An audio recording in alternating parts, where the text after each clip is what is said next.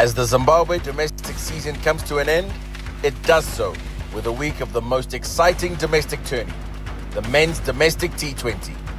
Will the Mountaineers continue to assert their dominance and make it a treble-winning season? Or will the Rhinos mount a challenge and win their first silverware of the season? 2 venues, 5 provinces, 11 matches, and just one winner. From the 24th to the 30th of March 2025 at Harare Sports Club and Takashinga Cricket Club. Who will be crowned the 2025 domestic T20 champions?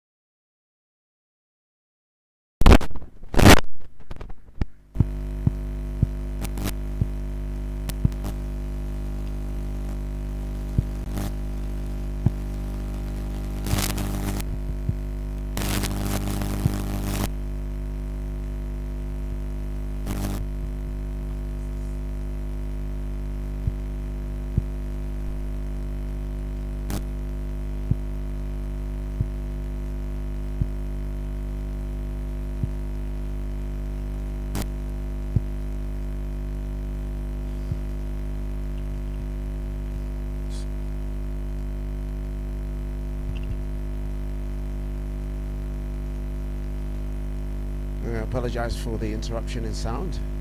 And Southern Rocks have moved on to 2 without loss. Much better second over. 11 off the second over from was bowled by Victor Nyauchi, Innocent Kaya and Sifa Shirawa at the crease.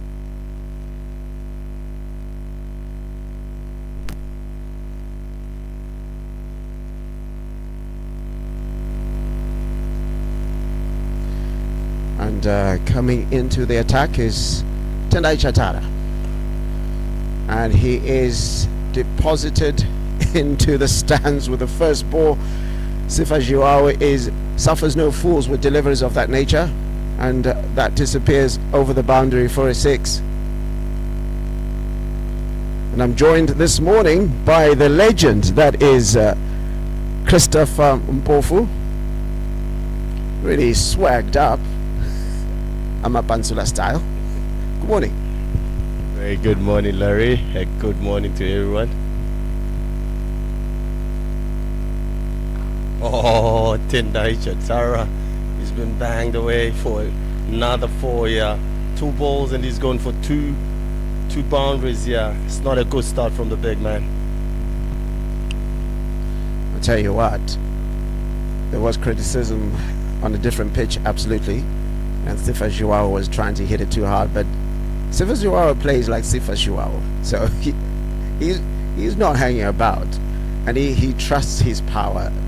And I think Mountaineers have to be very careful here, because if he has the kind of power play that he's capable of, and then Sikandar Raza comes on a little bit later and does what he did last night, you could be looking at a score close to 200 here.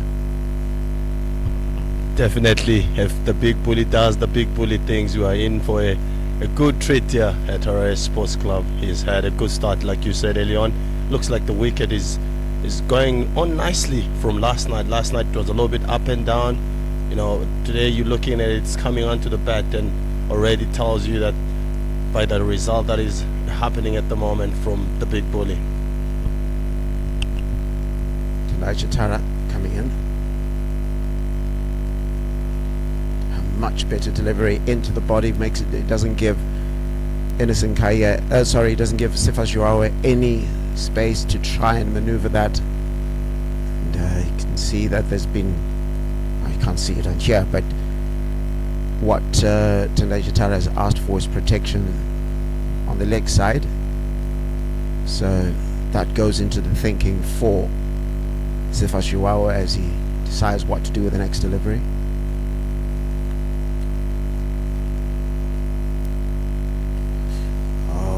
Gets a bit of an edge there, doesn't quite carry to Gully.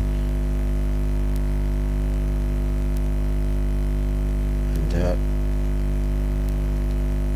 a bigly over, kind of pulled it back. I guess that's what you get from a very experienced bowler. He knows he's gone for a 6 and a 4, but he knows he can get back into the match.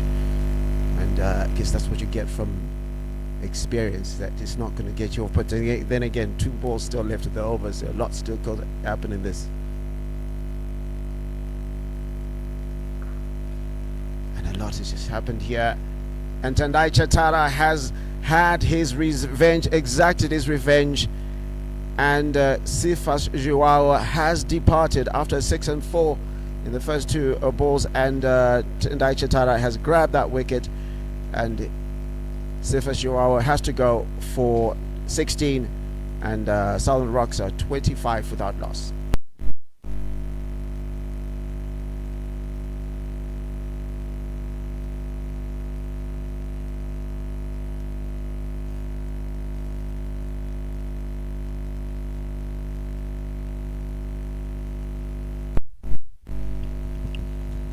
So Sifa Jiwawa departs after a brisk low inning. Had 2 shots that got him boundaries, and then I thought he just had to play a bit more, and that resulted in him going out. And you saw the setup from Tendai Chatara. He had a deep mid wicket, he had a deep square leg, so he tried by all means not to give him that room to swing, through the line. And when that last ball that he bowled, he actually took the pace off, and it wasn't easy for for Cephas Joao to hit him over the top and caught that mid off by Brian Burnett. So very well ball from the experienced man Tendai Chatara. So we'll say a good start for the Mountaineers. Yes, there were a couple of boundaries, but they pulled it back once again, taking out Cephas Joao, who can be very dangerous. So very good start once again from Tendai Chatara, leading from the front. So coming in now is Roy Kaia. Battled manfully yesterday.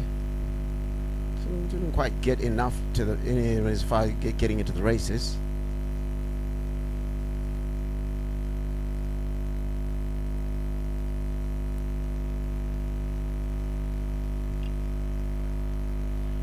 And attempts to get off the mark, but not having it. And so at the end of that over, Southern Rocks are 25 for 1.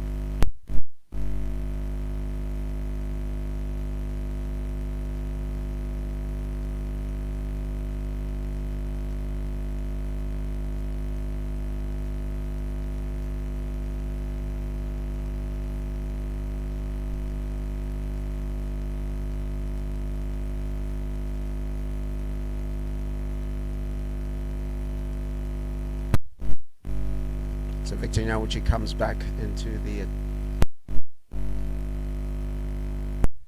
Klanga comes into the attack, replacing Victor Nyawuchi.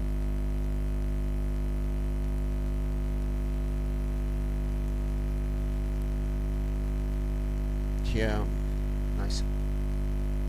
Don't know if you're looking at it, keeping quite heavy leg side field. Oh, that probably bounced a little bit less than he expected.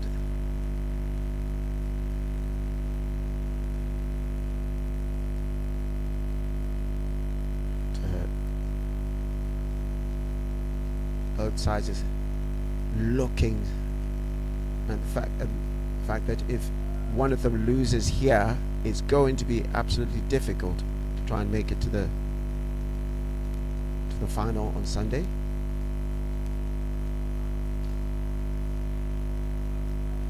Some quick running in between the wickets.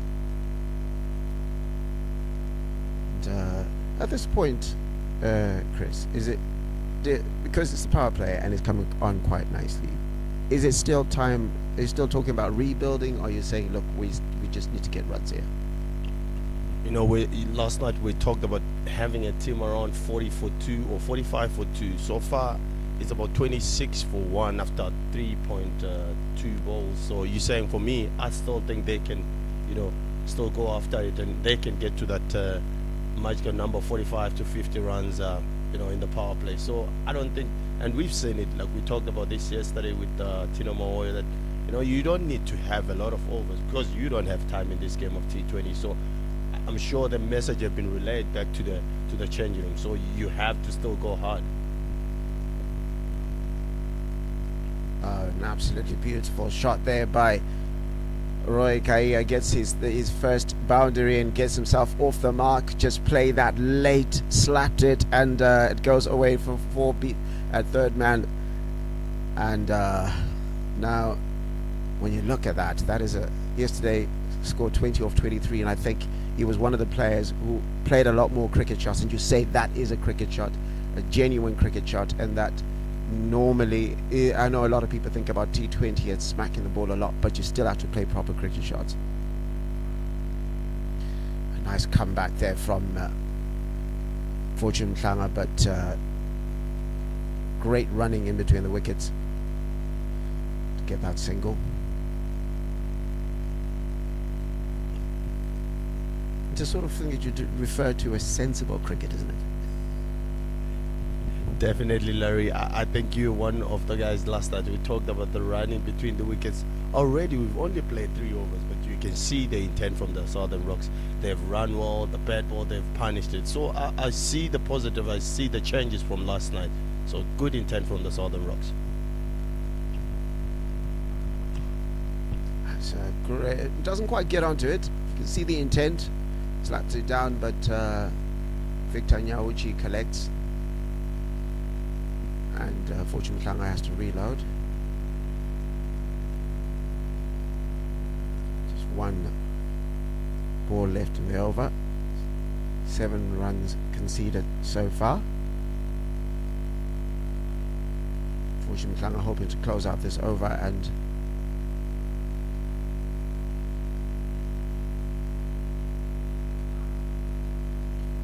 well bowled, but 8 runs off the over, so the score goes to 33 for 1 after 4.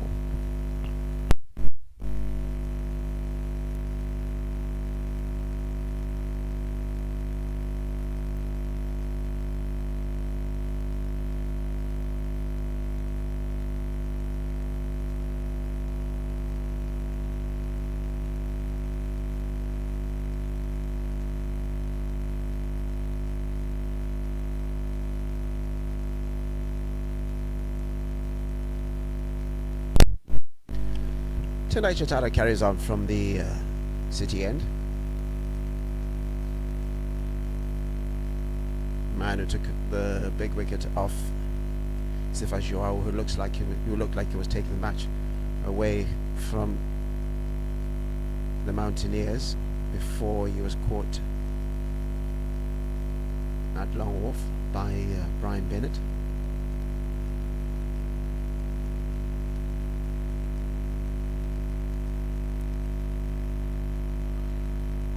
Just punches it down. I'm just going to collect a run off that delivery. Coach, now there are 11 more balls left now. How attacking do you get to just take advantage of the fielding restrictions? Normally, the 6th over I always consider it one of the most hardest overs to bowl to a batsman. So I think this could be the over where they have to even go a bit harder. They've lost 1 wicket, so even if you lose another one, before the end of power play, you're still okay if you get to 40. Like as I'm saying it, bang from Innocent Kahia, having it over mid wicket for 4 runs. So as I was saying it, Larry, this is the over where they have to go a bit harder. An absolutely gorgeous shot there. I have to say it was there to be hit in the slot. As they say, your eyes light up when that ball that you know your body says this has to go. The mechanics of your body, you've trained for this moment. And know that every time that ball comes there, it's yours. It's got a 4 on it. And once again, Innocent Kahia was listening to the coach, and the coach said, look, have a go. And Innocent Kahia says, hey, yes, coach. Almost copy paste, as you call it. Tendai Chatara will have to devise new plans, but he'll still back himself because he was hit for a 6 and a 4 in successive balls against by Sifa Joao, and then 2 balls later he got him out. So let's see what happens here. Oh, look at that. Innocent Kahia gets another one to the boundary. 3 in a row. Tendai Chatara under a lot of pressure here. Has only bowled 10 balls and has gone for 23s.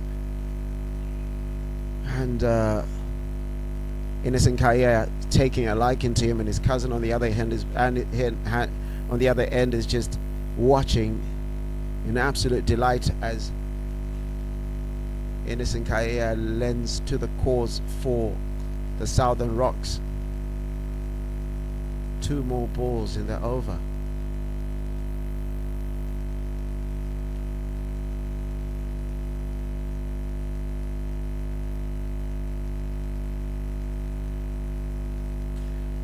Top edge, no one there, and they're able to scamper and run for 2.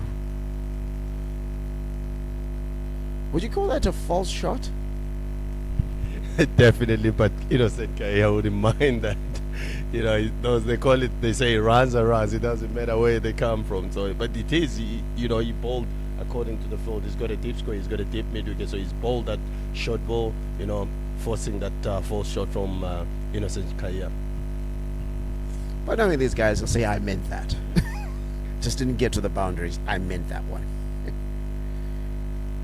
So, Chatara bowls the last ball of his over. And it gets dispatched.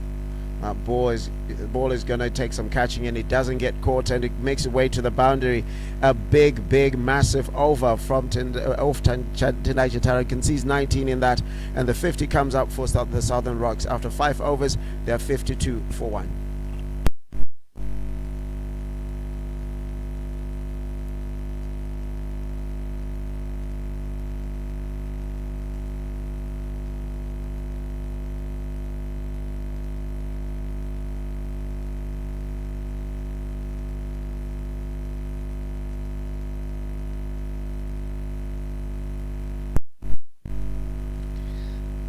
Coming into the attack to bowl his second over is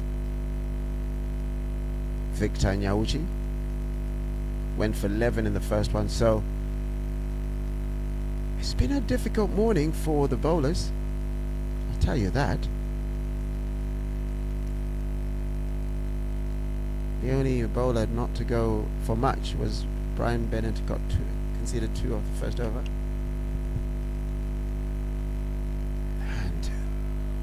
Look at that. That is just an absolute peach of absolute brilliant timing there, Coach. Absolutely brilliant timing. Roy Kahia getting his cut shot on point this morning. He missed out a lot last night, but you can tell the wicket is coming onto the the ball is coming onto the bat, and he's not missing out tonight. This morning he's been cutting very well. He's had 2 boundaries through that point region.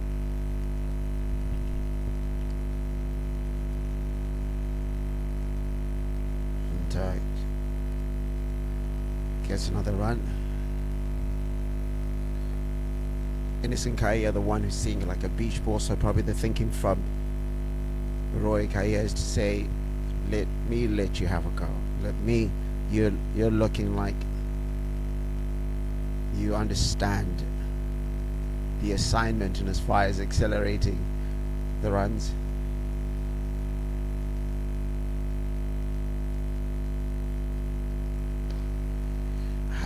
The assignment, as we said, absolutely drives that down, and off drive it just goes all the way to the boundary.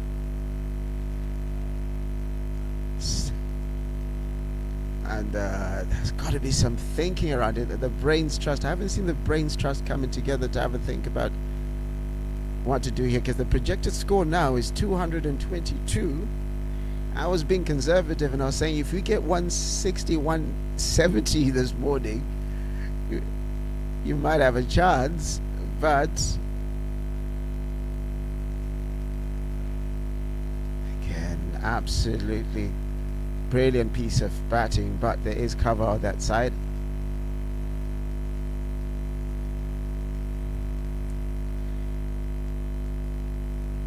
So at this point, if you're Mountaineers, are you sort of saying we're gonna accept what we get, what we restrict them to in the power plays, when the fielding restrictions are on, where we get a bit more creative?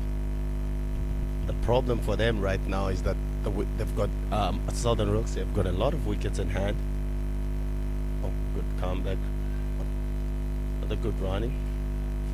So as I was saying, Larry, I think at the moment you need a wicket. You know, we talked about 40 to 45 runs in the first 6 overs, but this has gone to 64. That's just before the end of this power play. So it's not looking good for the Mountaineers. They need to get a wicket right now. As much as you've gone for these runs, you need a wicket, and you need it early. You remember, they've got Sikandar Razabat coming later, who's batted very well last night.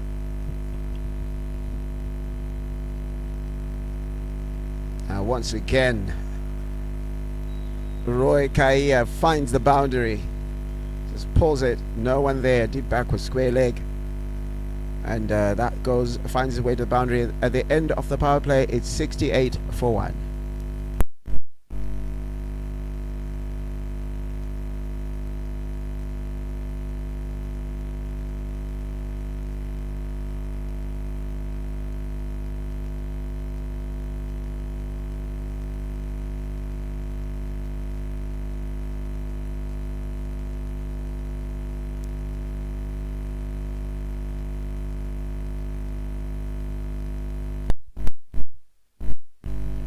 Southern Rock's going at a rate of knots here, and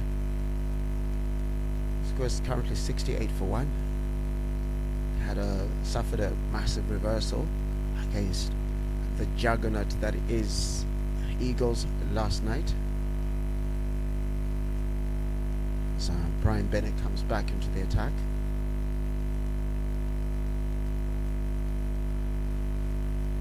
And just punches it into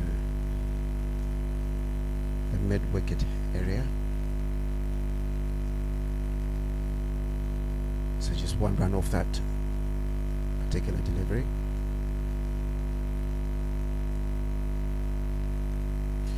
Oh, that's a brilliant piece of bowling.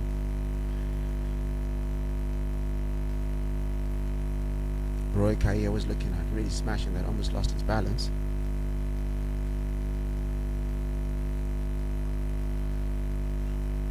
A bit shortish delivery, but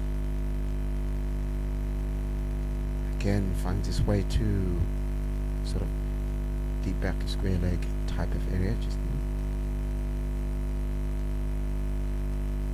there's protection there,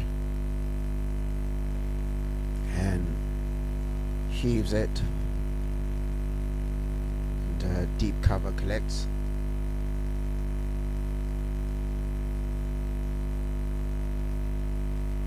In the context of the match so far, this is a good bowling from Brian Bennett. Very good bowling from Bennett, bowling according to his field, and that last ball there you saw, it nearly went to the guy catching at cover there. So he's bowling according to his field, and he's not trying to turn it, just trying to dot the batsman. So far it's been a good over.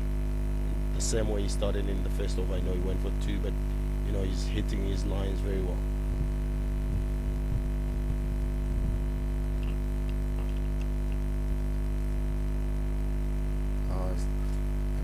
Really good delivery, and doesn't allow Innocent Kaya to free up his arms and really power into that. It's nicknamed Trigger for a reason. That goes wide, and Roy Kaya will feel has missed out on that delivery because it goes straight to point, and at the end of the 7th over, the score is 73 for 1. So at this point, I was about to call it, but Wellington Masakaza brings himself back in because he's seen that his main bowlers, his pace bowlers have gone for plenty. What did you pick up from the 2 overs of spin that we've seen so far? So far, I think the spinners have gone quite well, and it's a good ploy for Wellington to bring himself onto the attack. And it's 2 right-handers, and that's going to favour him a little bit. I'm not saying that he's going to bowl well, but he's turning the ball away from the right-handers. So we'll see how it goes.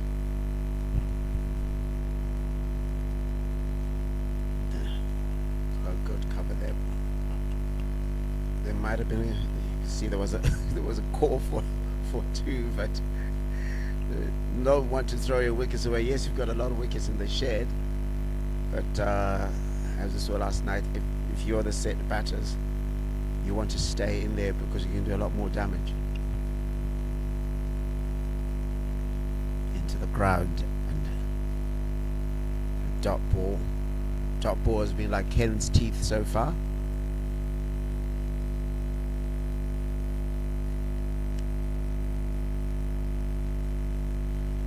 Just tickles it, and it finds its way to the boundary.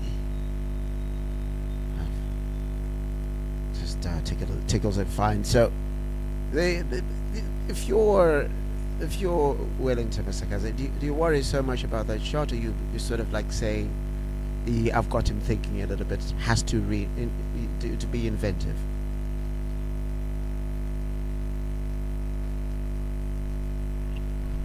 Well, you feel like maybe he gave a little bit of room there, because at the end of the day, still 4 runs. That's something that they don't want to be considering right now. But I think he's bowled quite well. Just one ball spoils the over.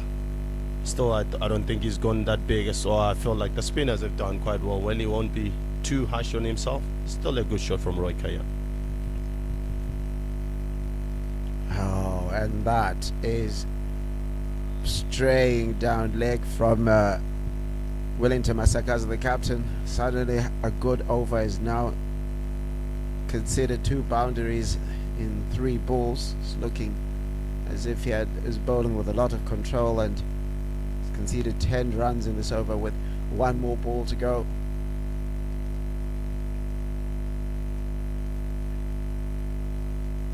Generally not the sort of position you have a fielder at fine leg.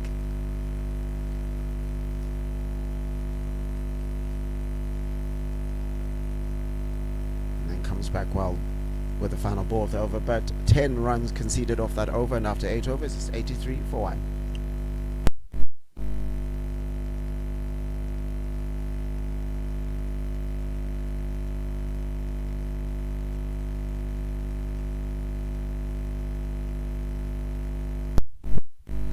So, one change to the Rocks lineup today. Panashe Taravinga coming on for Tafaza Tsiga. What do you make of that change? I think that's a very good change. We've seen Taravinga in his few games that he has played. I think he's got so much talent. He's played well even in the Zimbabwe under-19. So that's, for me, to see these youngsters coming in, it's a good thing, not only for Southern Rocks but for Zimbabwe cricket. You know, you can tell the investment that is happening, and these youngsters are coming through.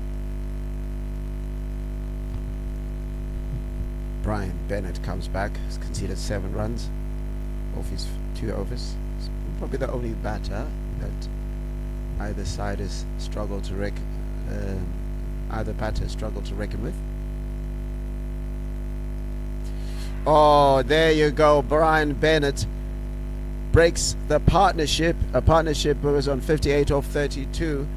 33 balls to be specific. And Roy Kaya has to go caught behind brilliantly by Spencer Magoda. And that big partnership gone. Important moment for the Mega Market Mountaineers.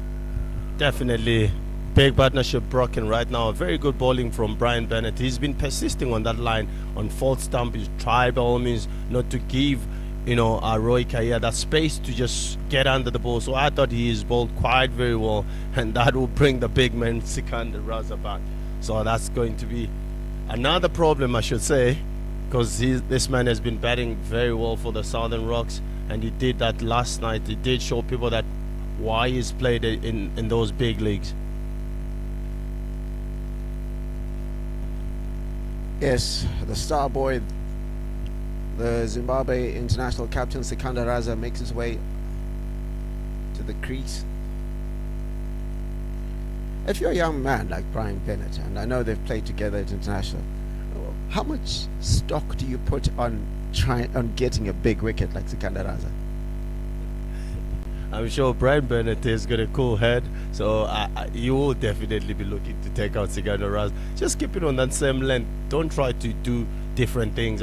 Just at the end of the day, a good ball is a good ball.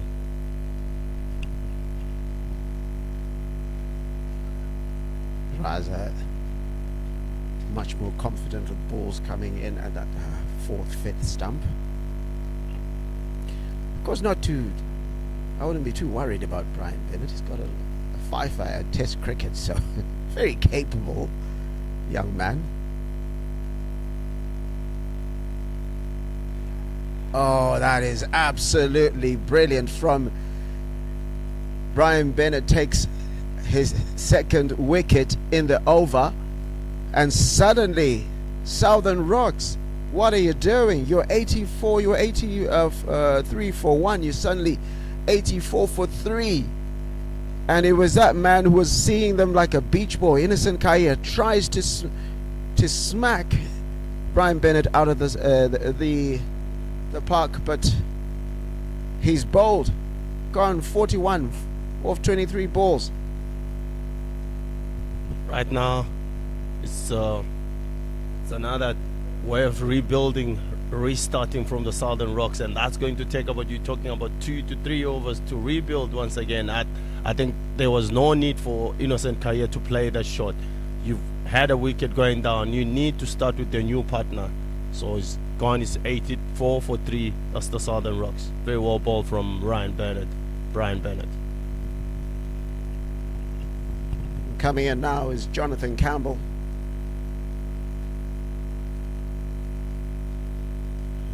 A man who made 5 last night. Joins Sikandar Raza in the middle. And to Brian Bennett bowling his side back into the match. When Southern Rocks looked, I mean, nothing's happened so far. There's still quite a few batters. But certainly, if Innocent Kaya and Roy Kaya stayed in for another 2 overs, might be looking at a very, very terrifying score here for the Mountaineers.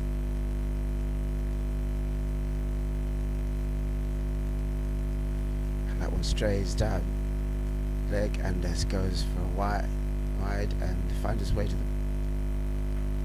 the boundary. So that's good. Brian Bennett will be a little bit disappointed with that. Umpire indicates a wide and 4, so Brian Bennett will have to bowl that delivery, and also a bit annoyed that he's conceded those runs.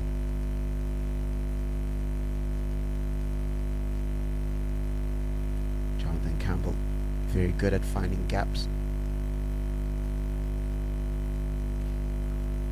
Is there just, or he's the sort of player who not going to hit them big, but he's good at finding the gaps between and getting the scoreboard ticking, isn't he? One player that will definitely look for gaps. He will not try and go big early on. He will definitely get himself in by just finding those gaps. But he can punch a big punch at the end. That's something that he does well. Sikandar Raza just hits that. To collected by at cover, a deep cover, and at the end of that over, 2 wickets to fall in that over, and but 8 runs conceded. The score is now 91 for 3.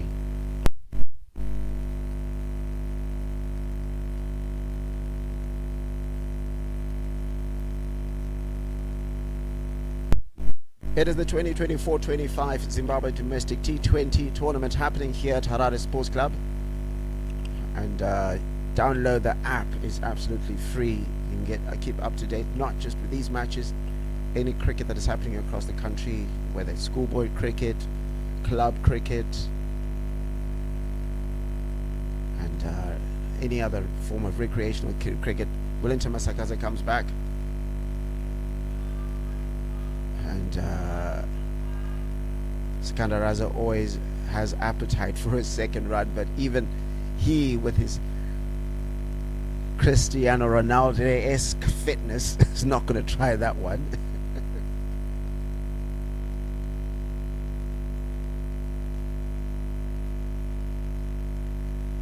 This player, even though be one of the older players in here, so I always joke with him that some of these players are old enough to be your kids. But he's certainly one of the fittest players in the team.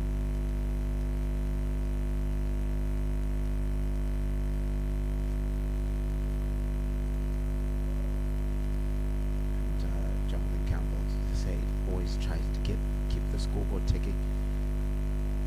Wellington Masakaza, a much better start to this over than the previous one. It was key. If he concedes 6 singles in this particular over, that'll be a good return compared to his previous over where he went for 10. And he keeps bowling that line. He's not giving away too much. Definitely you'll be happy. Even if he goes for 7, I still think that'll be a very good over, going for a single. So he's definitely started very well here, and also the Southern Rocks guys will not try to go hard on him after losing those 2 quick wickets. Once again, his bowling looks as if he's bowling a much fuller length than he was in his first over, and keeping to a line 2 boundaries he conceded.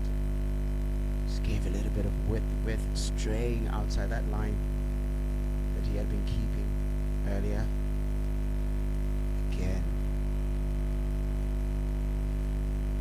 And if you're also the Southern Rocks, you say, look, we've had a really good start. And so even if we have an over that's got 6, just 6 off it, we've got so much in the bank already.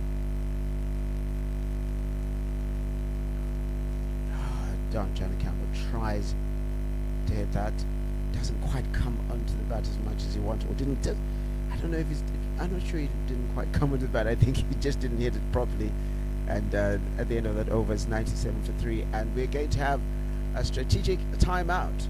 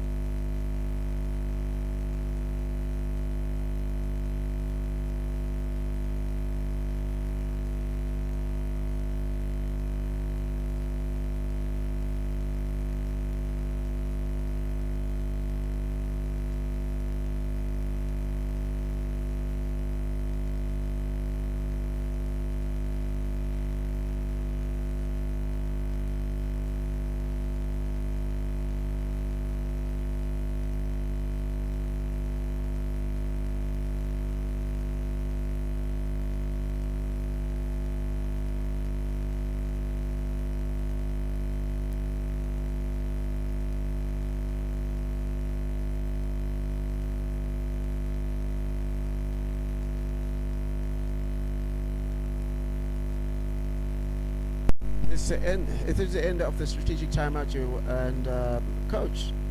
I'm here with Chris Mpofu, who is part of the coaching for one of the other teams. And okay, so this is a new innovation from Zimbabwe cricket, where the coach goes out and, you know, the strategic timeout seated in the IPL, for example. So what is your opinion about this piece of innovation, and what does the coach go and say in these circumstances? What would you be saying if you're coaching either side? Oh, I think it's a good thing that has been put on here in terms of the strategic timeout. So what happens with the strategic timeout, whenever it's like, we can call it drinks, Larry nobody calls it drinks time. So for me, you also getting a chance for the players to get, you know, some water into their bodies and everything. But the more thing is that you try as a coach also to, you know, to relay onto the information that you've had early on, whether you're batting or you're bowling, how you've gone and what can you change. Also, you're talking about what can you, because you've gone for about 10 overs, so you're saying what do we do in the next 10 overs, whether you're fielding or you're batting. If you're a batting side, are you saying that the next 5 overs are we taking it slowly and then maybe we start hitting at the end? So you're just relaying the information to the guys who are on the field. So yeah, I thought it's a good thing to start, you know, following what is happening even in IPL. Some of the innovations that Zimbabwe cricket is bringing into the fore, just to get excitement, get more thinking caps from coaches such as Chris Mpofu, ability to affect the game more. Brian Bennett continues.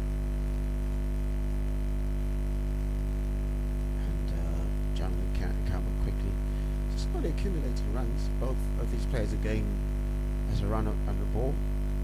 The partnership is currently on 14 of 9. I wonder where the other runs came from. They came from extras.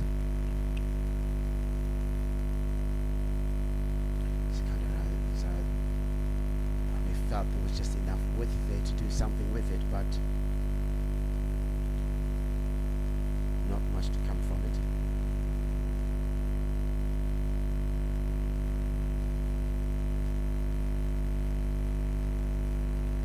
And Skander Razet decided to have a go, but there is protection, deep cover. Is this an indication from Razet that he's decided, look, I've seen enough? I would not think so. I think you just realized it was the right ball to, to punish. As much as you're saying you're going for singles, but if a bad ball comes your way, you want to be, you want to capitalize with that. Very well ball from Bennett. It was done really well this morning. Ryan Bennett made his debut for Mountaineers after a concussion. And as the rest, as they say, is history. Oh, a nice little scoop shot.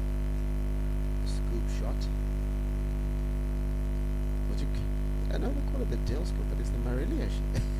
Doug Morelia who came out with that shot.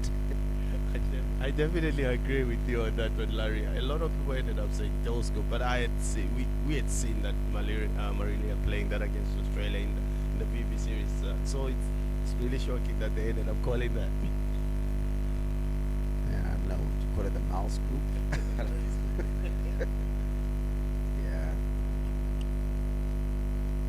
A contribution to the world of cricket. So 102, the 100 came up in that particular over. 102 for 3 after 11 overs.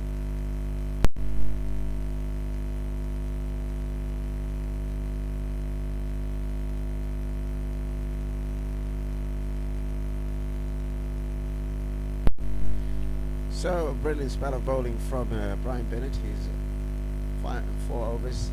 He's gone for 20, taking 2 wickets. So, coach, at this point, would you, as Wellington Masakaze comes back, as far as Raza and Campbell, would it have been a case of just seeing out Brian Bennett is doing well and then attacking the other bowlers? I've been saying that the spinners have bowled quite well this morning. So my question would be, at the other end, who do you bring on also at the same time? Because I felt the seamers have really suffered this morning at the hands of the Southern Rocks batsmen. So it's for me to be just making sure that you bring another spinner who I'm not so sure. Maybe they might bring Ashley, who's done quite well for them before. Ashley being Ashley Mufandawia.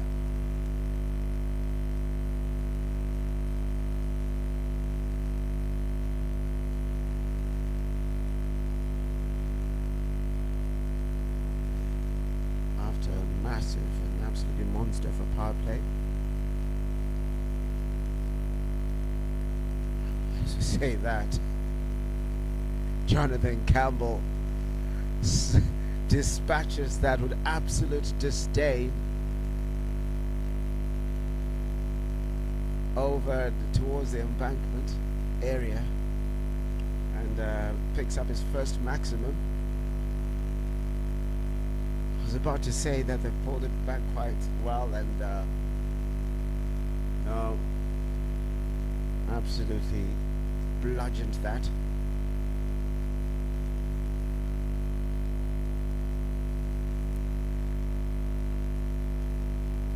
Good comeback from Wellington Masakaze. So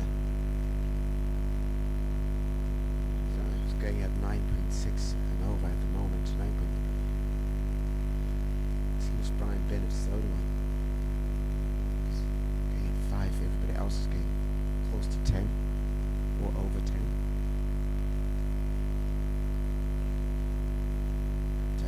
Skander Raza playing the part of the elder statesman. Speaking of elder statesman, and we'll probably talk about it in the next over, as Wellington Masakaze to close out this over. And a quick call for 2, and there won't be 2 runs in that, and at the end of that over, 11 runs conceded, and at the end of the 12th over, it's 1-1-3 for 3. So as far as Sikandar Raza is concerned, he's about 38 now. How do you keep yourself motivated and fit to keep playing at such an age? And of course, with the technology nowadays, players are being able to play for longer. But mentally, how do you keep it? Firstly, it's about loving the game. I think this man, he does love the game so much. You know, he puts his the work onto it. As we were talking about who was going to come from the other end, I'm sure Ashley. We're talking about Ashley has come onto the attack right now.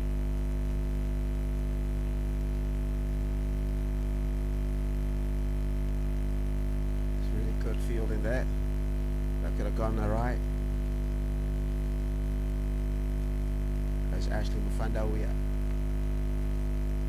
captain of a very talented Gladiator side, and NPL, and the other tournaments here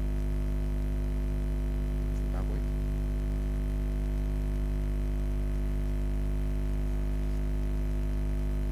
Very clever bowling right there. And he's a youngster who goes through his overs quite quickly. Well, I won't go through his overs as quickly as Sikandar Raza with the reverse paddle sweep type of shot, and that finds its way to the boundary. Ashley Mfaloya straying just a bit there, and Raza getting his first boundary. Not something that you say very often. It takes him 11 balls to get his first boundary. And Sikandar Raza has decided, look, I've seen enough from you, young man. Straight over the bowler's head, goes for a 6. Is it time for that acceleration once again? I'm sure we realize that the top spinners, the 2 spinners that for the Mountaineers were done with their overs. So Sikandar Raza says that extra bowler, the 6th bowler, he says this one I'm going to go after him, and it's the unlucky Ashley who gets the treatment. And Sikandar Raza has decided to do the same thing. This time misses the building, but still the same result. He's really liking what is being presented by Ashley Mfandawia. 2 6s in a row, a 4, a 6 and a 6. This is reminiscent of the sort of treatment that Mufudza got yesterday from Sikandar Raza. Definitely, Larry. As you're saying that, we're talking about that 6th bowler, and we talked about that issue of the strategic timeout. And for me, that could have been the topic from the coach. They're saying let's wait for that 6th bowler, who's normally not the the best spinner in their team, or whether the best fast bowler. So he's done that rightly. He's gone after him. Much better comeback. The other 2 balls I went for the 6s. A bit too short. Easy for Sikandar Raza to absolutely heave over. So at the end of a very productive over for the Southern Rocks, it is 131 for 3 after 13 overs. So, Coach, we're talking about the mentality of a monster player like Sikandar Raza as Wellington Masakazi comes back into the attack. What is it that you do every single day to make sure that you can keep yourself motivated very quickly? Like I was saying earlier on, is loving the game. As long as if you're loving the game, you would do anything to keep yourself fit. And that's something that he does, and and he takes his fitness very seriously. That's Sikandar Raza.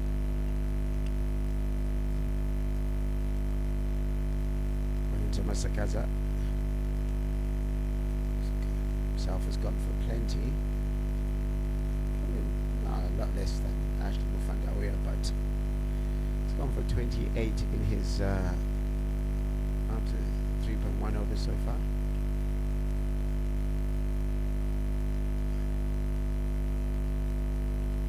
Jonathan Campbell feeling missed out there.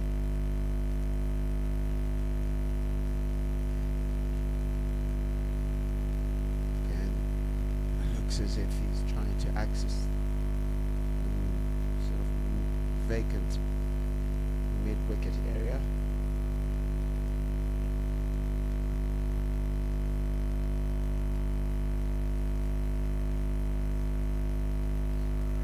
And there is an appeal there, but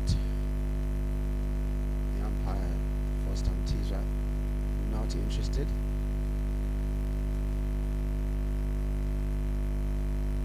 Yeah, very good call from the umpire there. That ball pitching outside, well outside leg stump, so definitely already the LB is out of the equation when you're pitching it outside leg stump.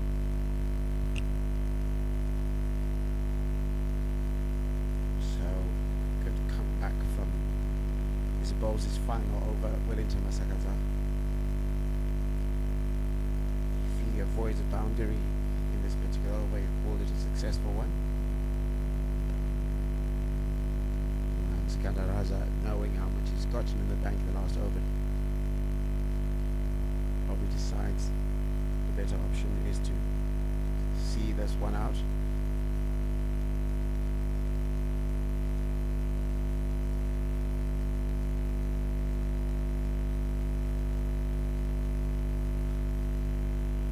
And keeping it down to just 4 runs conceded at that over, 135 for 3 at the end of the 14th over.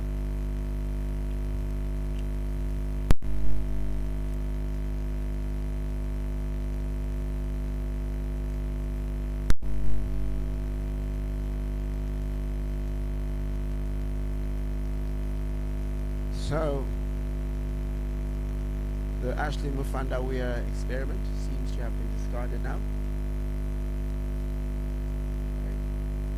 Looks as if Wellington Masakaza will have to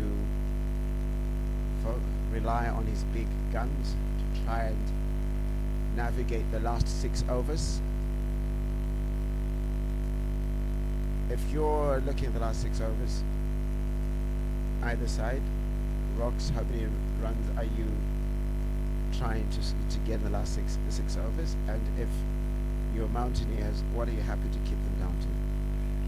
At this moment, if you are Mountaineers, anything less than 180, you're happy with that.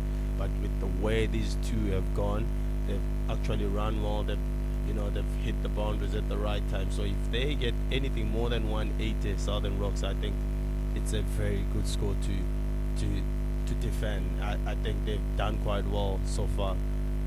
At the moment, Mountaineers will try to also to get a wicket, because if these two are in, the other players that are coming in, they can hit the ball a long way.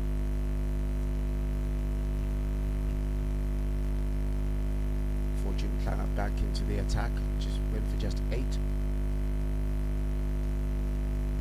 Captain Wellington Masakaza with a lot of thinking to do. He's out of overs now, 0 for 30 from his 4.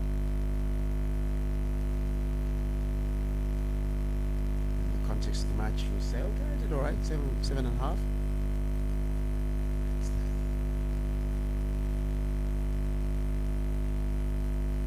Jonathan Campbell walking into the delivery quickly, runs the first one very hard. If you're a youngster out there watching this, you want to run the first one hard so that you give yourself a chance of coming back and adding an extra score. All those extra rounds matter.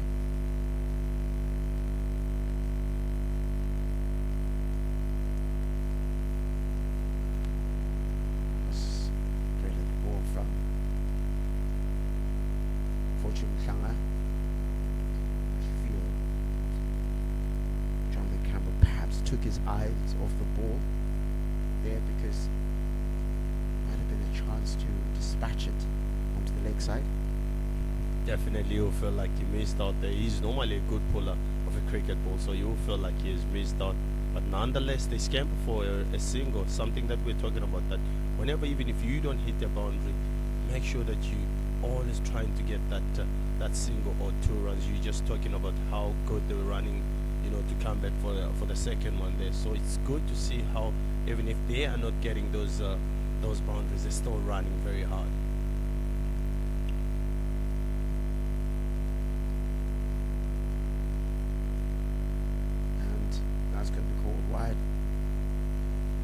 one of the things that'll be a bother for the Mountaineers is that Brian Bennett is the only one who's been able to get into double figures in terms of the number of dot balls. And Ashton van der Weert at 1 over has got 1 dot ball. Tendai Chatare is 2 overs, got 4 dot balls. You would have the dot ball percentage a little bit higher to put pressure. And in this match there just hasn't been a consistent period of pressure where the Rocks couldn't manufacture a run. Definitely you coming to that issue of dot ball percentage from the Mountaineers, but it comes back to the issue also of these Southern Rocks batters trying by all means to get a single in every ball, you know, and also being put under pressure by those boundaries. It becomes very hard for the fielding side. Sandaraza expertly punches down to long on and picks up a run. Pretty decent over so far from Fortune Klanga.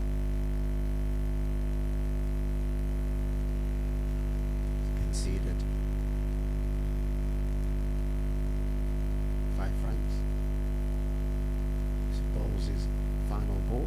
Good comeback from the young man so far. Closes out the over well. Just 5 runs conceded of that over. Good comeback from the young man. 140 for 3 after 15. So now if you're Mountaineers, you're looking at, you want more of those types of overs, but at the same time you're getting into the overs where every bit now has a go. Yeah, like you're saying, Larry, I think that's the kind of over that you want. And one thing that you can see that Fortune really bowled according to his field. He had a mid on and a mid off inside the circle, and he bowled that back of length. He tried even to bowl a bouncer, which is something you can tell from afar that this guy is really trying by all means to bowl according to his plan. So that's no wonder he actually ended up going for 5 runs. Very good over from the young man, bowling according to the plan and according to the field set. So Victor Nyawuchi comes back into the attack. Gone for quite a bit.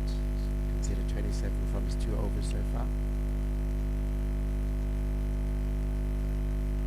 And Raza double steps in, dispatches him, cover drive.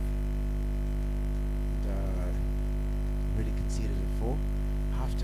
How frustrating is it after such a brilliant over from Fortune Klanga?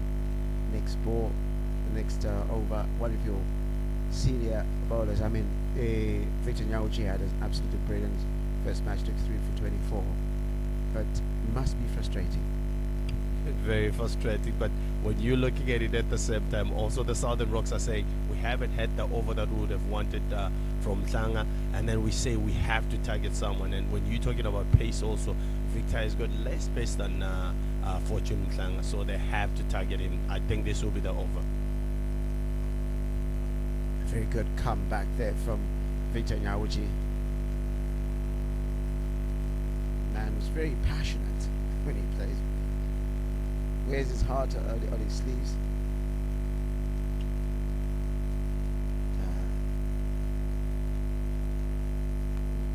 He's got a new figure recently. Did very well in the domestic, in the other tournaments. Very important for the Mountaineers in their successes. Another really good delivery. Raza usually gobbles those up, but not as we bounced a little bit less than Victor Nyauchi expected or desired, or rather Skandarazi expected or desired.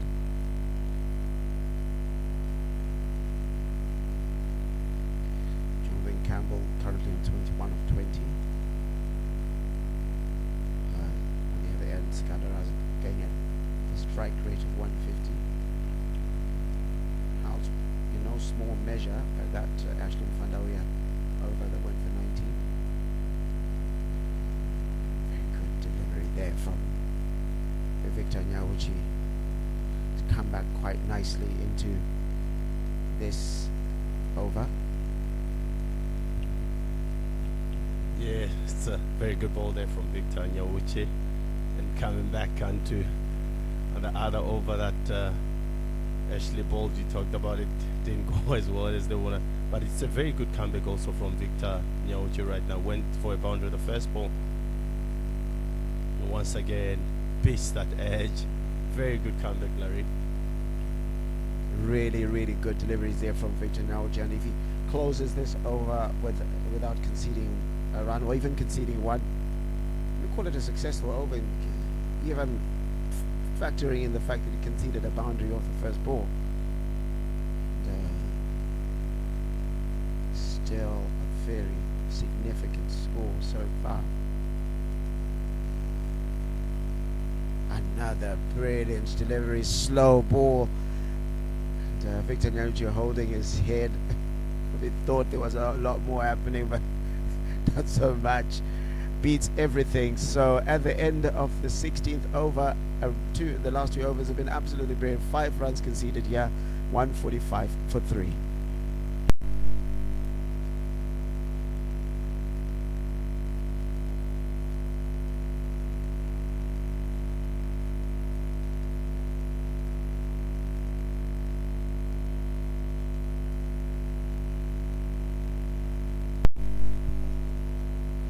Just a reminder that the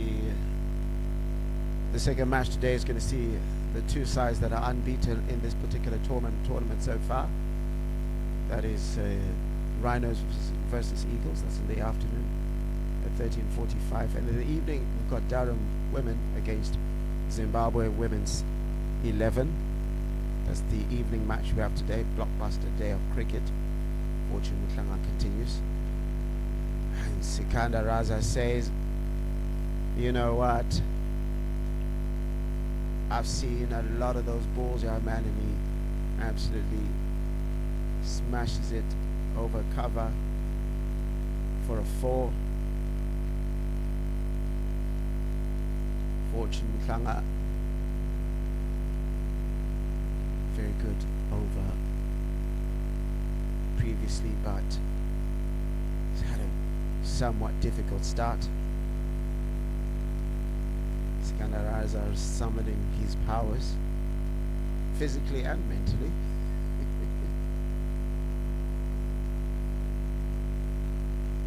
And then another opportunity there, but it is collected as the 150 comes up for the Southern Rocks yesterday. The complete total was 150, and we all thought that was going to be a very competitive total, and as they say, Tanashi Kamunu Kamwe and Tadiwa Nashimarabani said, hold my drink.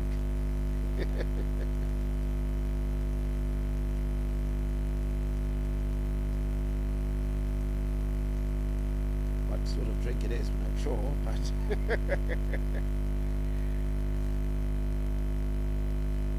Fortune Klanga, a little bit of pressure right now.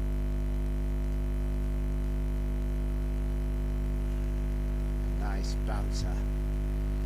Fortune Klanga probably prefers facing Jonathan Campbell than Sikandar Raza, wouldn't he? Definitely he will fancy his chances of bowling better to Jonathan Campbell, who has had a little bit of a struggle in the last over that he got from Victor Nyauchi. So right now, Fortune, as we said it earlier on, he's bowling according to the field set here. Bowling that bumper, but as you know that you are only allowed one bouncer, so it will be interesting to see where he comes with the next ball. Whether he comes a little bit too full or he persists with a bit of back of a length, because if he bowls the second one, that is called a no ball. And skies it. Is that going to be taken? Yes, it is taken. Jonathan Campbell, Fortune Klanga gets his first wicket, and Jonathan Campbell has to go for 21 off 25. Victor Nyauchi completing the catch. Fortune Klanga getting rewarded for his really disciplined bowling in this particular match so far. Very good bowling from the young man. We were asking if he was going to go a little bit shorter. He's gone again for that back of the length. He didn't try to pitch it up. And Jonathan Campbell said, maybe this is the one. And he's just headed straight up. And now that brings the young man, Newman Nyamuri, who's really a good prospect to watch this season. Yes, Newman Nyamuri coming in at number 6. But the score right now is 150 for 4 after 16.4 overs. And if you are the Mountaineers at this moment, the last 2 overs specifically, maybe the difference between a score over 200 and a score around the 180. But as long as Sikandar Raza is there, it still could get a lot messy. As you're saying, Larry, you know, it's good they've taken a wicket, but you know, that's the difference of 200 and 170. So far, they're pulling it back rightly, but they still Sikandar Raza bat in there. Newman Nyamuri scampers through for a single. And, at this point, if you're, I know this is T20. Everybody want to trust every batter to be able to have a go. But if you're Sikandar Raza right now, are you thinking I want to hit a 6, or you know, I'd be happy with taking a single so that I farm a lot more of the strike?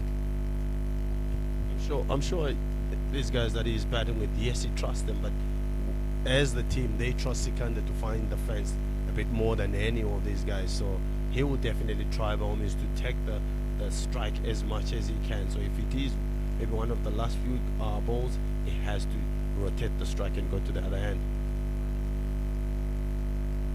So that's going to be a wide, and they run through. See what Fortune Clan was trying to do, trying to pull a slow ball bouncer, just couldn't get his line correct.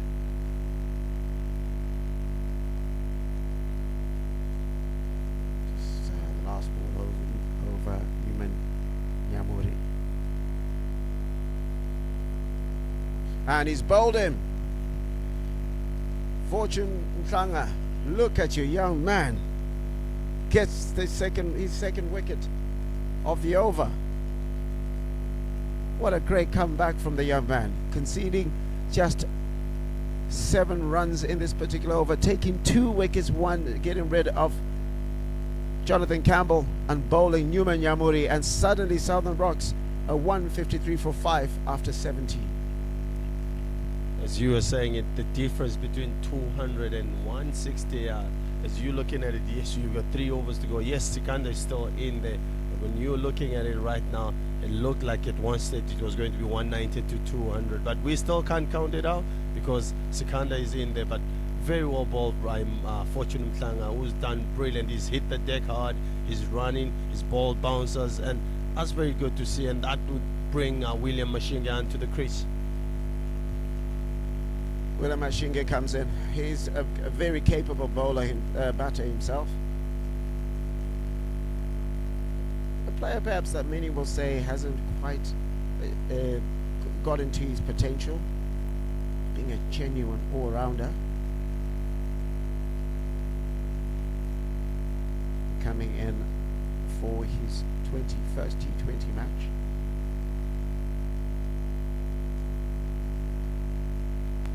To improve on his statistics. He's got a high score of 25 from 15 innings. Sikandar Raza will probably want to do a lot more of the heavy lifting here, but it's T20 cricket, and in modern T20 teams, everyone has to contribute, everyone has to make the runs as Tendai Chatara comes back into the attack.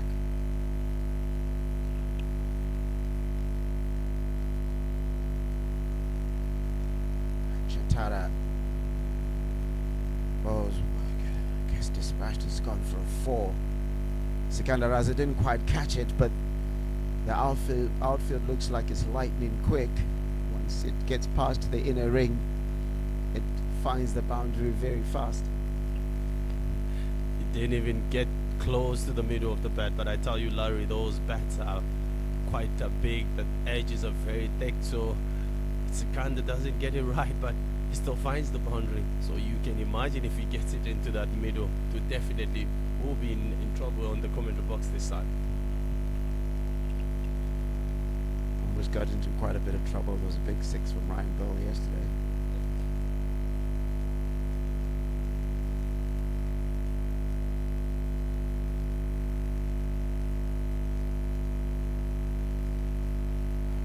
Much better comeback from Tendai Chitara. I would say, I mean, the one that went for 4, there was not much wrong with that delivery. Absolutely nothing wrong. He's bold. He had a third man there, and he just spit point. He just sailed away for a boundary. He fell for Tendai because he's done the right thing, and Raza just really gave a big swing, a big hit, should I say, and it went over for over point for 4.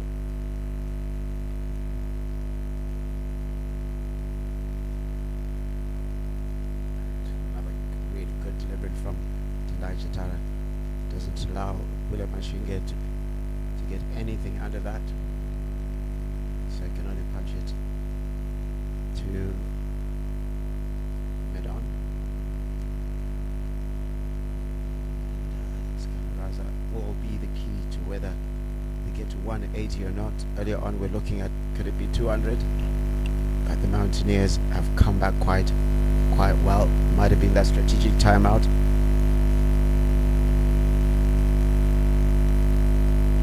A nice little tickle from Sikandar Raza, fine by 6, the keeper as well as the fielder at about gully position. Very cheeky from Sikandar Raza there. Tendai Chitara trying to bowl the slow ball just straight down leg side, and Raza says thank you very much. He just gives it a good paddle sweep and runs away for 4. Hasn't been a good day for the experienced Tendai Chitara.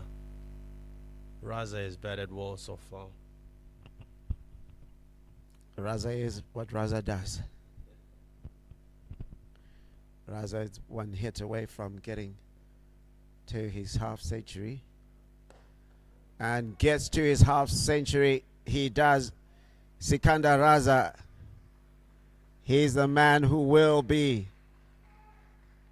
getting his second half century of this particular tournament, and an absolutely gem of a player. The leading run maker for Zimbabwe in all T20s, T20 ice, and in all T20s, this is his 32nd half century.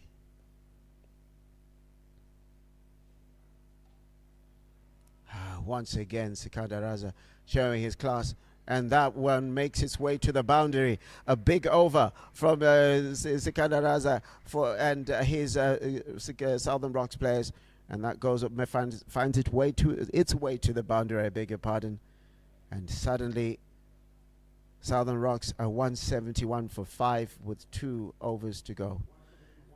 Sikandar Raza again proving the difference, and this could end up becoming quite a messy score.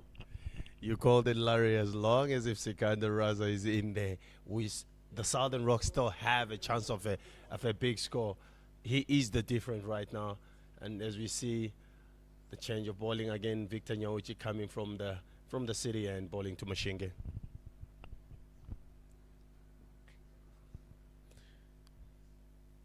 So, change in the bowling, as you said, Victor Nyauchi. Other than the fact that you want Victor Nyauchi has been capable, conceded 5 in his last over, could the thinking here be Fortune Mhlanga has been bowling well on the other end, so bring him on this end? But the question is, if Fortune Mhlanga has been very effective on the city end, why not just let him finish there and get Victor Nyauchi to bowl the final over? I'm sure it's a little bit of a tricky one when it comes to death overs. As I look at it, you just you don't want the ball, the batsman also to line you up. I know he's bowled well from the city end, but when it comes to dead bowling, you have to bowl from any end. Very good ball, very full, very and fortunate. Rather, beg your pardon. William Mashinga has to dig that out. Good start to the over so far, but then has now got to deal with Sikandar Raza, who's going at almost 190 in his strike rate. And as they tell you in T20 cricket, people talk about averages and so forth, but the most important column is how quickly are you scoring.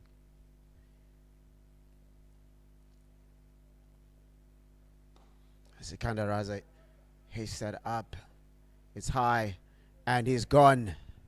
Victor Nyauchi takes the wicket off Sikandar Raza. Sikandar Raza trying to get some fuel into the innings, trying to get his side going for the moon, and Brian Bennett collects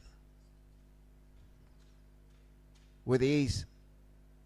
I beg your pardon, that looks like Nick Welsh collects with ease. And suddenly Southern Rocks are 172 for 6. A very well played inning from Sikandar Raza, scoring another 50. He's been on fire. Just 2 games, I should say, but he's done well for these Southern Rocks, and that brings Panache Taruinga onto the crease. A very good catch from Wellington Masagaza, running from long off there and taking it almost close to the long on side. So a very good fielder he is, and very well bowled from Victor Nyauchi. He's bowled that slow ball, and he's bowled it almost back of the line, not giving Raza that opportunity, to you get under the ball easily and have it for 6. But it's very good ball from Victor. Very good bowling from Victor Nyauchi, and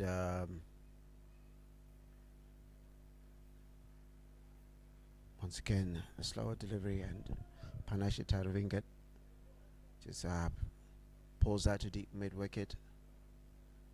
It comes back, so suddenly still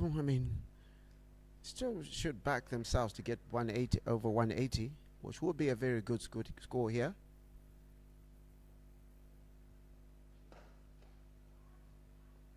So really good delivery once again from Victor Nyauchi, backing himself there, especially after thinking, as we're saying, do you keep Fortune Mklanga on the other end? Victor Nyauchi says, oh, you can bowl from any end. And so should you, Fortune.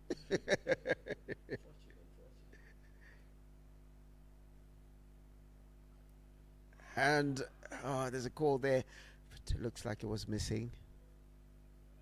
And even from Victor Nyauchi's appeal, it was like a polite inquiry, maybe.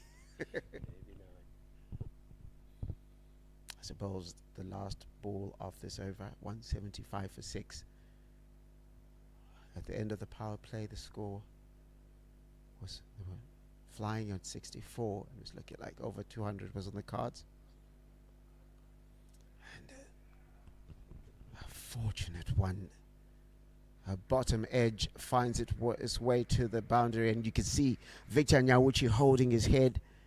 Concedes 7 off that particular over, and Southern Rocks are now 179 for 6. Going into the final over right now, and it looks like it's Tendai Chatara. He's the one holding the ball at the moment.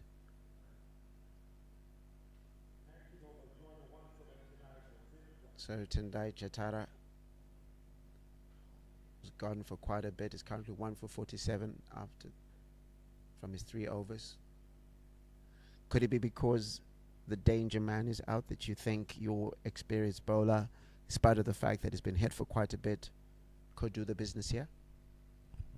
When it comes to this game, I always feel like if it's not your day, it's not your day. And I feel like it hasn't been Tendai Chatara's day. As I'm saying that, Victor nearly takes a catch. But going back to that point, I feel like the young man deserves, another over. I felt like he's the one who brought them back to the game. He should have been given another over. But oh well, maybe Wellington had another plan. Tendai being the experienced man, he's been in these situations before. The thinking could have been different. But if I was the captain, I'll definitely would have given to Fortune Mhlanga, who's bowled brilliantly today for them.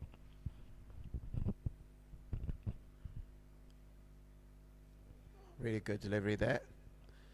And also, I think Willem Mashinge might have taken his eye off the pause, thinking, I just need to smack this into the golf course or into the rugby field, or try to have a go at the commentary box. 180 for 6, with 4 balls to go.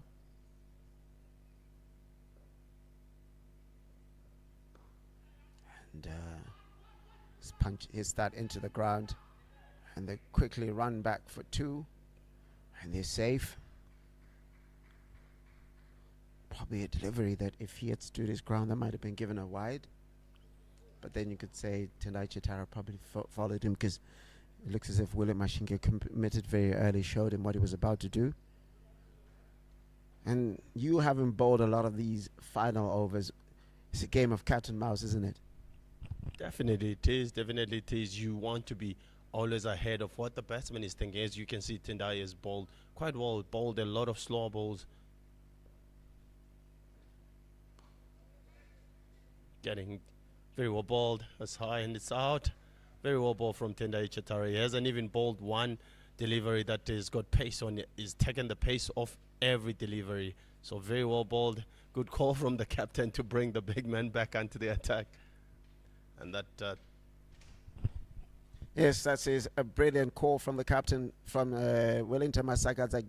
And suddenly not suddenly, but they've taken the wicket to get themselves back into the match, because it was looking a bit messy. 181 for 7 after 19.4 overs, 2 balls to go, and Willem Mashinge has to go, caught out extra cover by Timothy Maruma, coming in as a replacement today, and will be a big factor if the Mountaineers are to chase this down. Remember, both of these teams have lost one match, and so the room for error has become ever smaller, because after this they've only got 2 more games to keep their investment in this particular tournament true.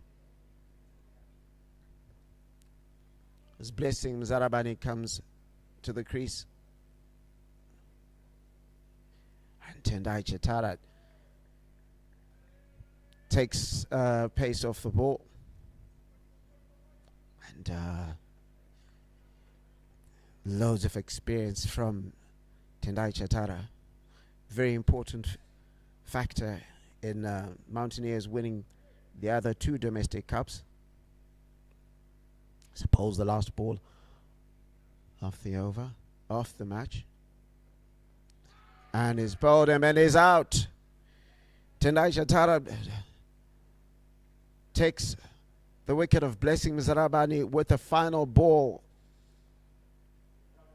and conceding only 2 runs off that final over.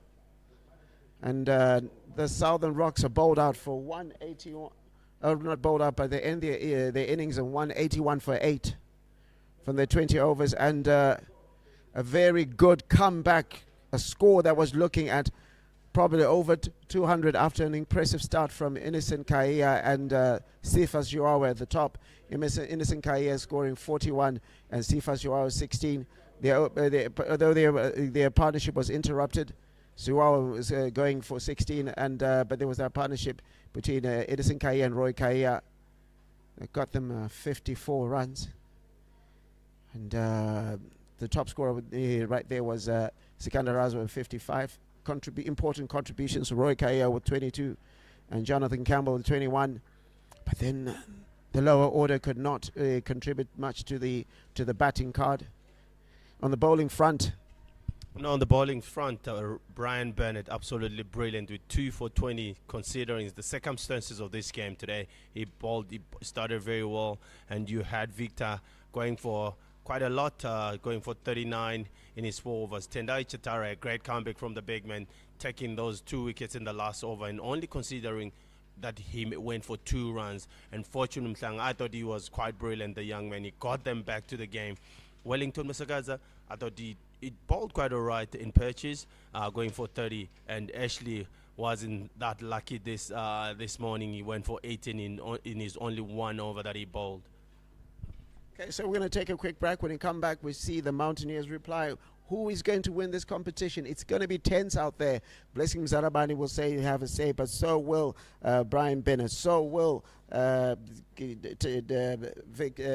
from the batting format, guys like Alistair Fox, Matthew Welsh, Nick Welsh, and so many of the in as far as the batting card for the Mountaineers. So we'll take a break, and we'll come back. We'll see the Mountaineers reply.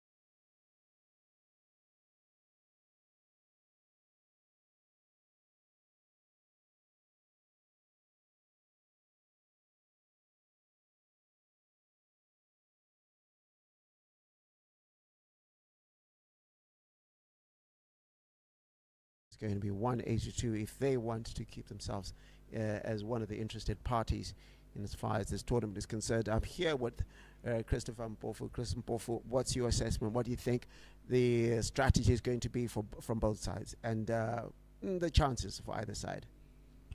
As you can see straight away, they are bringing Dylan Nwondo to the attack. So this is a proper tactical move by the Southern Rocks, turning the ball away from the right-handers. But shockingly, that they have a long one and a cow corner. So I'm not so sure if he's going to try to turn it or he's just going to fight back off a land there and use those fielders, a long one and deep mid-wicket.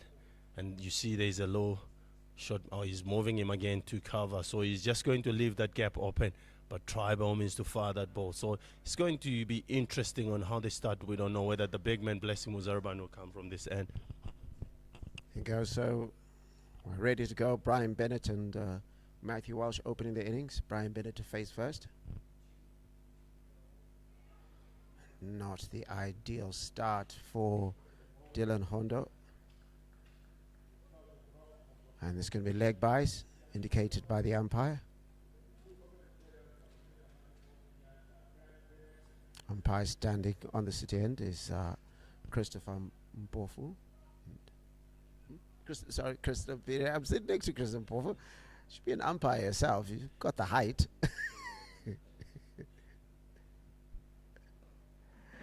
A much better delivery on Dylan Hondo.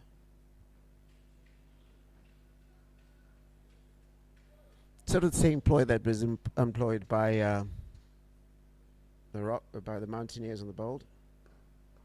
Brian Bennett opening the batting, and Matthew Walsh this time punches it down.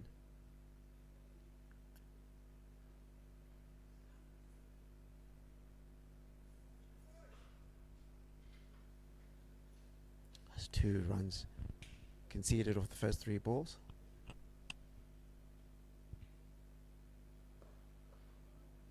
And just gently hit that. Didn't use much power, just placement. Beats the field, the inside field, and quickly finds its way to the boundary. And there was no catching that. Absolutely great timing from Brian Bennett. Didn't even try to hit it. He just looks for the gap and doesn't hit it hard. Just races away to the boundary. And the outfield has been quite quick this morning. So that's a very good shot. Good start from the Mountaineers.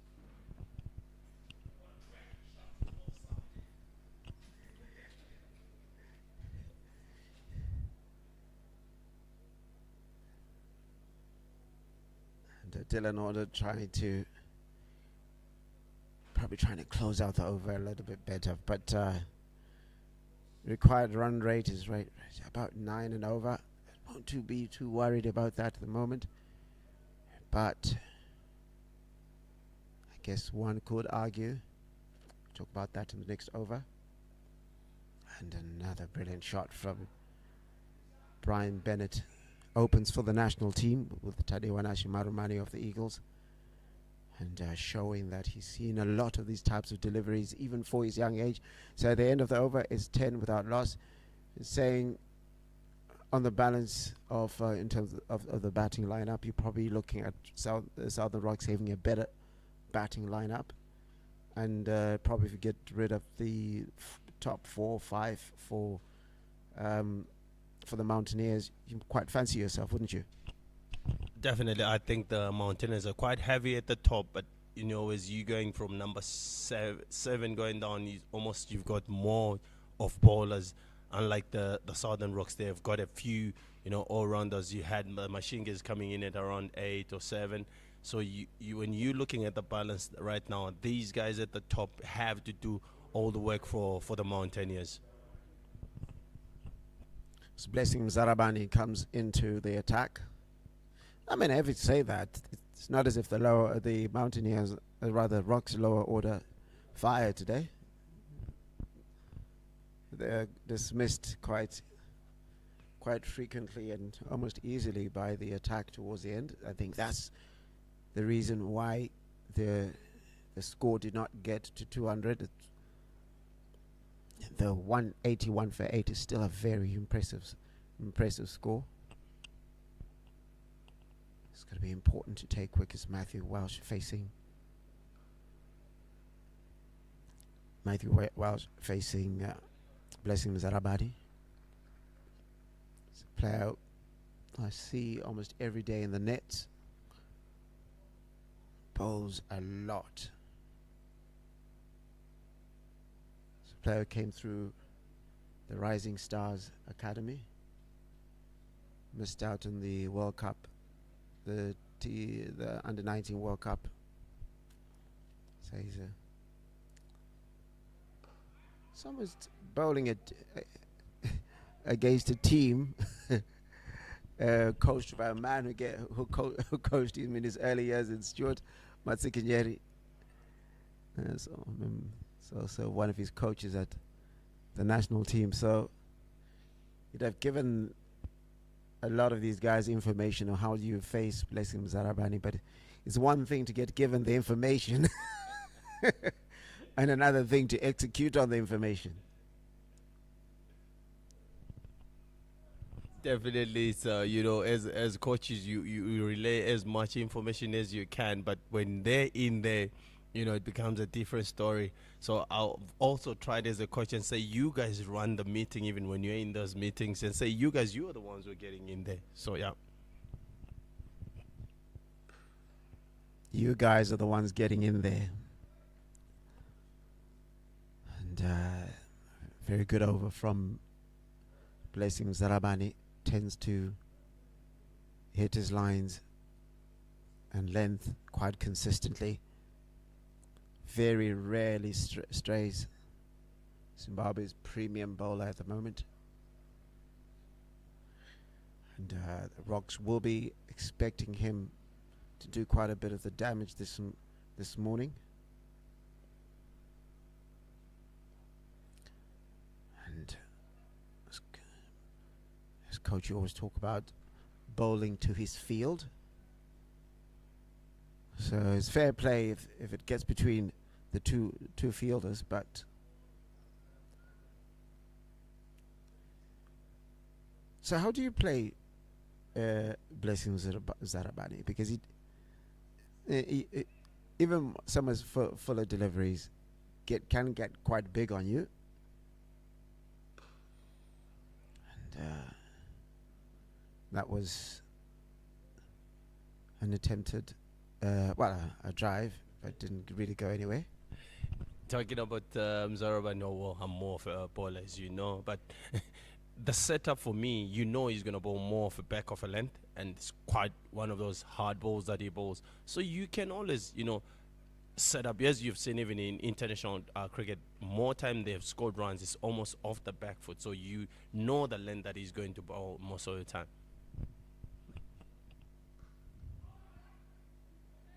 Get a single off the last ball of the over. Blessing Zarabani concedes 4 in that over, and the score is now 13 without loss after 2 overs.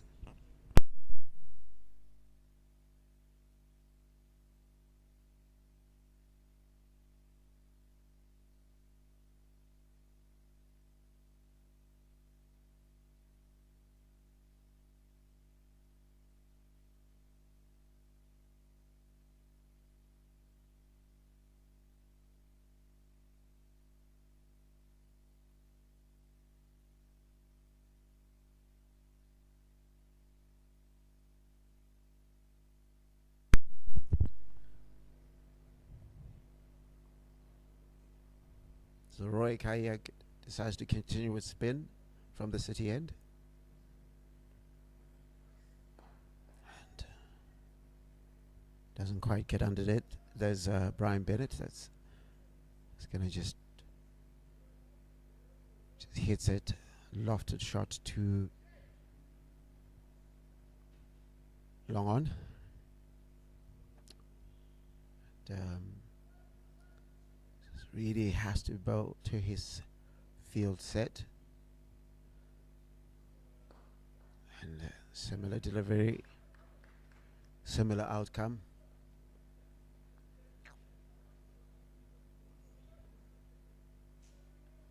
And coach, you were just saying just before this that The power play is going to be very important.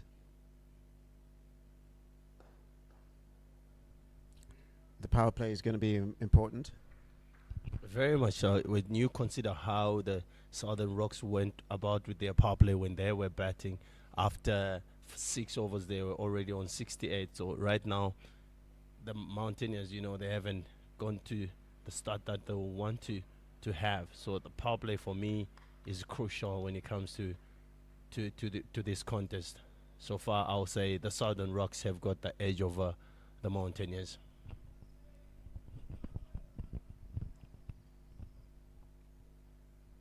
So Dylan Honda comes in, fires one.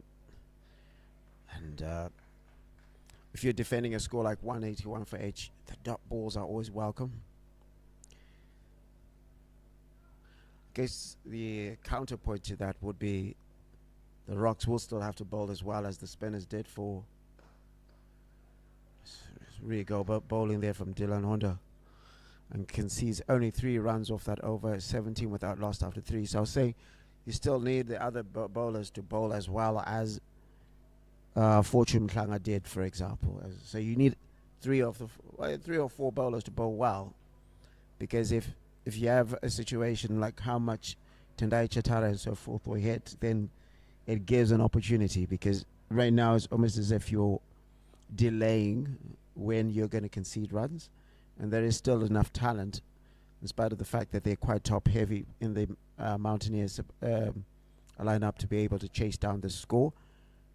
Blessing Zarabani conceding only 4 of his first over, comes back into the attack. Brian Bennett facing, just slight adjustments to deep point, just goes a little bit squarer,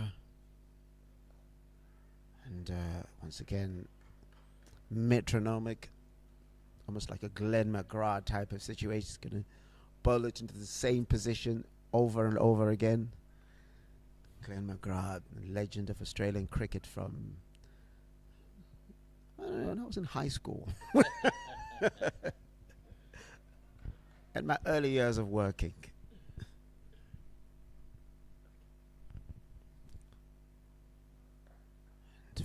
Finds a gap there, but the protection at deep point is there. That goes to deep backward points. Kandaraza in that fielding position.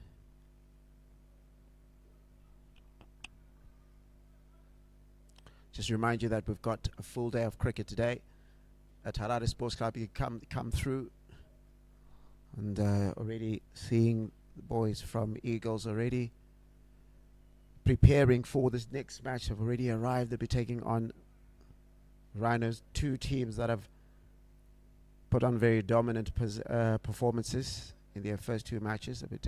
They'll be playing at 13:45. It's really good bowling there from Blessing Zarabani, consistent line and length. So that match is taking place 13:45 between the Rhinos and the Eagles. Don't know if somebody's going to it's going to happen between those two. And then in the evening we've got a tasty treat for you.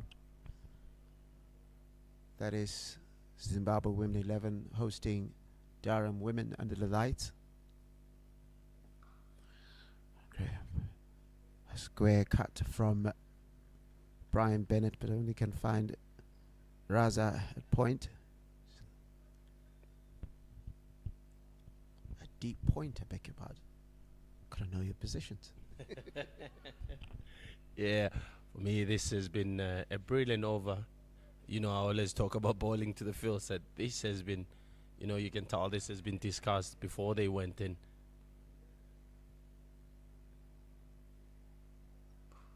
Oh, finally he finds that gap. He finally finds that gap and races away for 4. But I'll still be happy as Blessing Zaraban. It's just a good shot there from the right-hander and races away for 4. Yes, not a bad delivery from Blessing Zarabani at all. A lot of those deliveries have been finding the fielders, but that just bisected the 2 fielders there. And So finds himself, Blessing Zarabani concedes his first boundary, and Matthew Walsh gets his first boundary.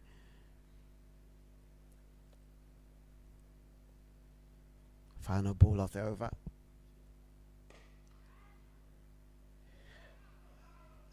Spilled, but an action type of, an animated type of stare and stare down from Roy Kaya there at cover, and at the end of that over, Mountaineers are 24 without loss.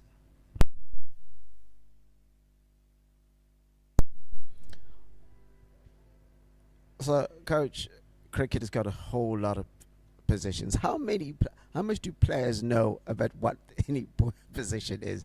Because it's a lot of things to retain. Definitely, there's quite a lot. As you said, these days there's a lot of fielding positions. Just depends also on how the batters, play. We saw early on when one of the batters kept on pulling and it was going over the wicket keeper. There are positions that some are calling them, whether you call it a very fine flying slip, and then there's one that you normally have over small ball from Dylan Wando. As I was saying, normally you see when there's a batsman who hits very well straight, there's a guy that normally stands behind the bowler. So I don't know whether you call him a straight long one. Beautiful. Very well played from Brian Bennett.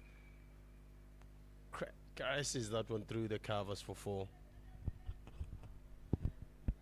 I guess it's when it comes to those things they call matchups. Where is the strength that batter has? And sometimes, it's often said your greatest strength is often your greatest weakness as well. So, often found that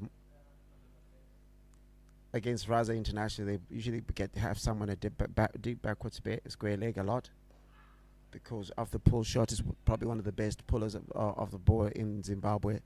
But so you give him that one, get him excited.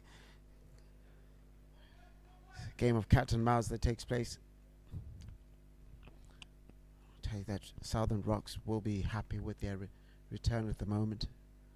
Haven't really given much to the Mountaineers. Earlier on, we were talking about how you want to get as close to around 40 runs in the power play. Still two more overs to go.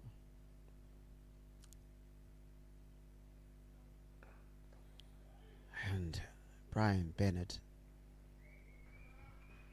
straight over cover with intent, and he's not hitting them hard, he's just timing them very well, and in no time he's on 22 of 16. Absolutely showing why he's playing international cricket. He hasn't even tried to smash that. He just timed it, used the pace of Dylan Wando, just goes over cover for 4 runs. Brilliant timing from Brian Bennett. And just attempted sweep, just hits the bottom of the bat and then finds his way to leg slip. So at the end of the short fine leg, I beg your pardon, in the end of the 5th over, the score is 33 without loss.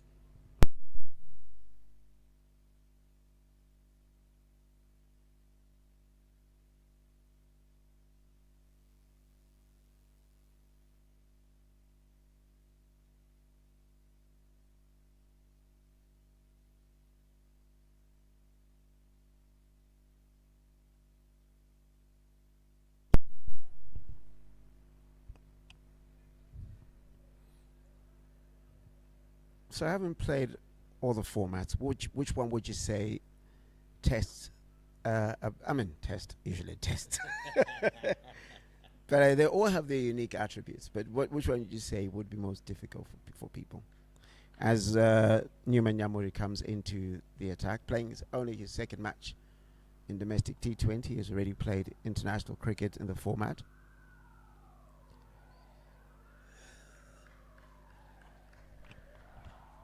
As you were saying it, I'll say T20 cricket will always be difficult, should I say? As a bowler, it's a little bit difficult. Gets you thinking quickly. And when it comes to Test cricket, there's just fun in it. You want to be fit when you're playing Test cricket. You want to, as a fast bowler, you want to run in all day. When things are not going well, be that person who raises the standard. Very good shot from Brian. Oh, nearly run out. Oh, end up getting safely to the other end is Matthew Walsh. Has we issue of which one is the best and which one is a little bit hard. I'll say T20s, but at the end of the day, these days, you accept as a bowler that you get hit. We saw a few days ago Jofra Archer going for 76. So at the end of the day, you say when the day is not yours, you can travel a long way.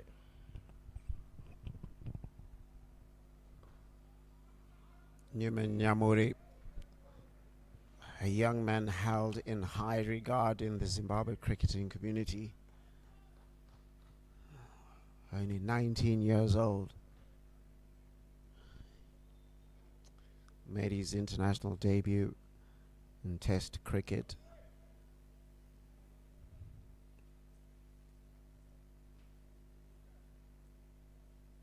Just this past summer, so made his T20 debut as well,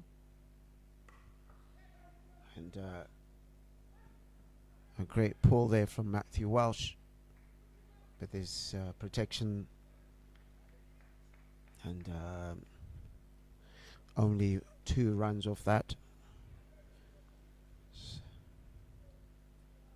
Still hasn't played T20 cricket at international levels. Got 4 ODIs and 3 tests. So this is his first foray into T20 cricket at any level. It's well saved.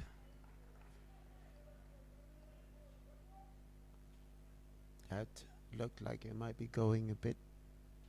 Not sure many people expect Blessing Zarabani to dive too much.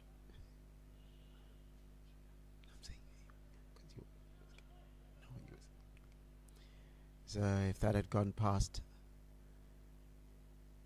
Blessing Zarabani would have to be on his wheels. Oh, that's a good delivery there from Newman Nyamuri. And after his first over, in which he considered 3, Mountaineers at the end of the power play are 36 without loss. So they're going at 6 and over in the power play. No damage has been done in terms of the wickets column, but behind the 8 ball in as far as runs, you think? Yeah, definitely. I talked about the power play, being a major fact. Yes, you haven't lost the wicket, but it's going to get a little bit difficult now with 5 fielders outside the circle. The power play. You only need two fielders outside the power play, but now you've got 5. So you have at the same time, even if as much as you're running, you still need to have a boundary in between, and you don't want to take that as much as you got the wickets in hand. You don't want to take that rate to over 10 runs and over. Coming into the attack is Sikandar Raza.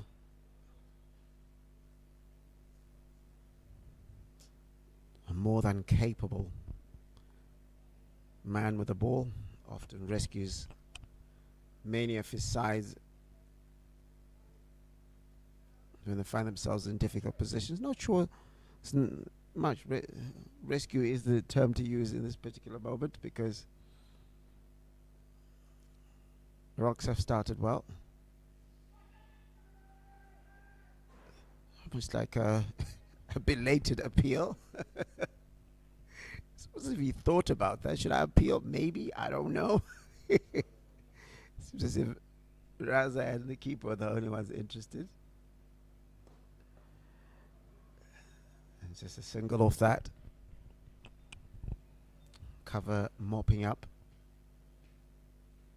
Extra cover possession. You got Sifas Joao there.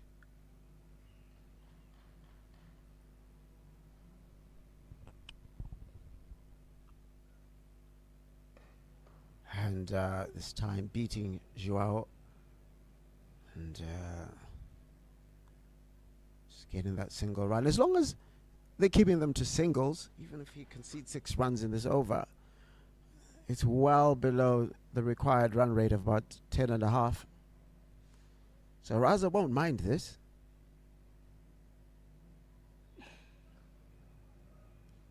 A dot ball, and that's the thing that I think the Mountaineers, when they were bowling, were not able to do, to just have a sustained period of. Oh, so close. You can see from the reaction from Sikandar Raza that could have cannoned onto the stumps very easily, chopped onto the stumps. Must be one of the worst feelings in cricket, connecting and hearing the clank of the stumps. A little bit shorter, but just one run. Great over from Sikandar Raza. Concedes only 4 runs of it, and the score is 41 without loss.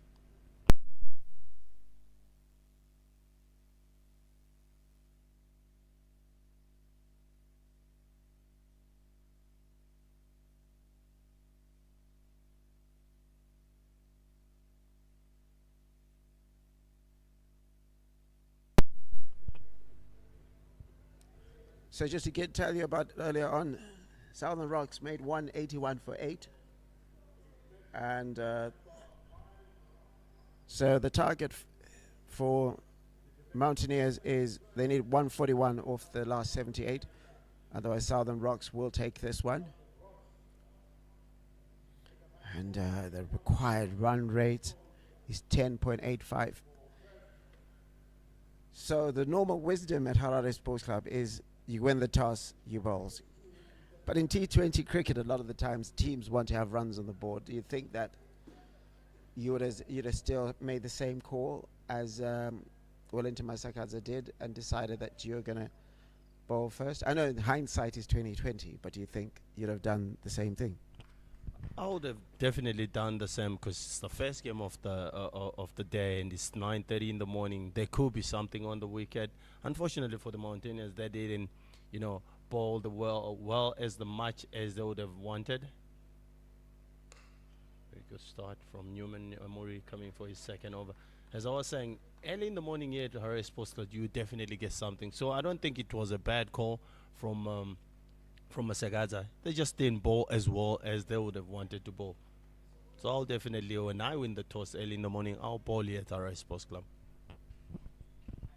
And that's just been the important difference here because the pace bowlers, Newman Yamuri and Blessim Zarabani, have been on the money so far. Have given precious little. And the Rocks, in this instance, these two players are going to have to find runs from somewhere. Because as long as they allow the Rocks bowlers to impose themselves on them and dictate the pace of the game, then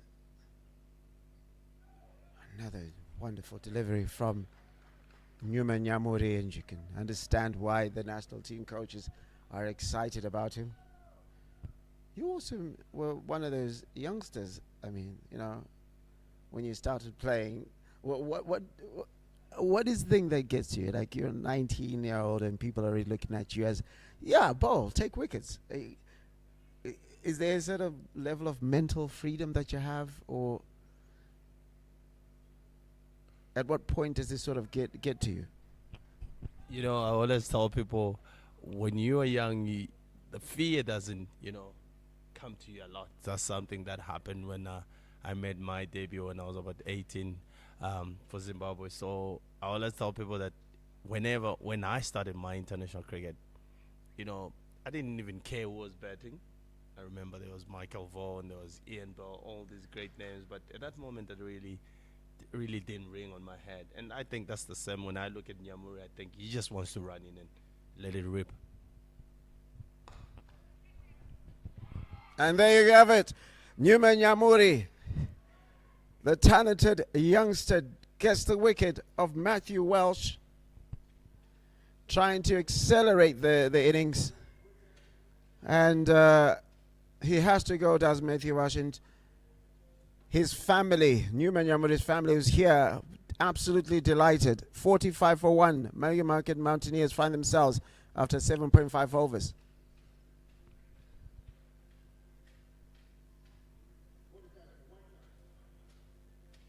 Sikandar Raza completing the catch. Newman Nyamuri gets the breakthrough. Suddenly, Nick Welsh coming in to replace his brother. There has to be runs to come from somewhere here, Chris Mpofu. Definitely, someone has to raise his hand. The run rate is going up at the moment, and you've got Nick Walsh coming in. He can pack a big punch. I've played with him in a few club games. You know what he can do, but the rate has really gone up now. Someone has to take a risk right now, and we saw that the other Walsh brother, trying to maneuver that through the covers, but only finding Raza there, who's got safe hands always.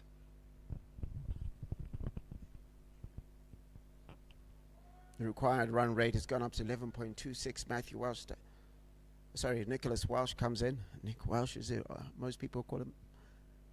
And he'll need to be part of the acceleration. And is he gone? No, he's not. There was celebration from a couple of places because he looked very tentative at the end of that over. Mountaineers are 45 for 1 after 8 overs.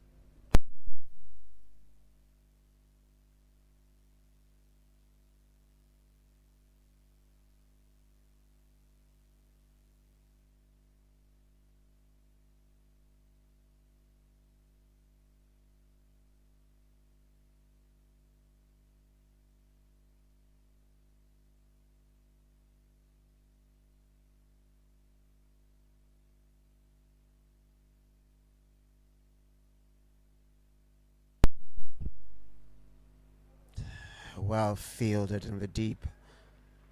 Hot long off by Jonathan Cabell. Sikandar Raza continues. Nick Welsh facing Sikandar Raza for the first time in this match. The difference that the power play made, because it became difficult for Rocks to bat around this period. But they had so much in the bank, so there was less pressure, and got him. Nick Welsh has to depart. Sikandar Raza gets his first wicket of the match, and the Mountaineers are in deep trouble at the moment, behind on the required run rate by almost half, and at the moment, it's 46 for 2 after 8.2 overs. A brilliant catch from the young man there at cow corner, running in and taking a blind and Sikandar Raza. But once again, he comes and he has a say with the ball. And that brings the experienced Timson Maruma, who didn't play yesterday, or should I say the day before. And that brings in the experience. He has to do some heavy work here. Like you said, the run rate has really gone up now, almost creeping to 12 runs and over. That's going to be some hard work to be done here. But someone has to go now. Someone has to start hitting here. Well, I guess if you're the coach, you say, look, I'd rather him going out trying to do the right thing as opposed to being tentative. So Nick Welsh gone out for a duck. And come in is Timothy Maruma, catch completed there by Shelton Mashitorera.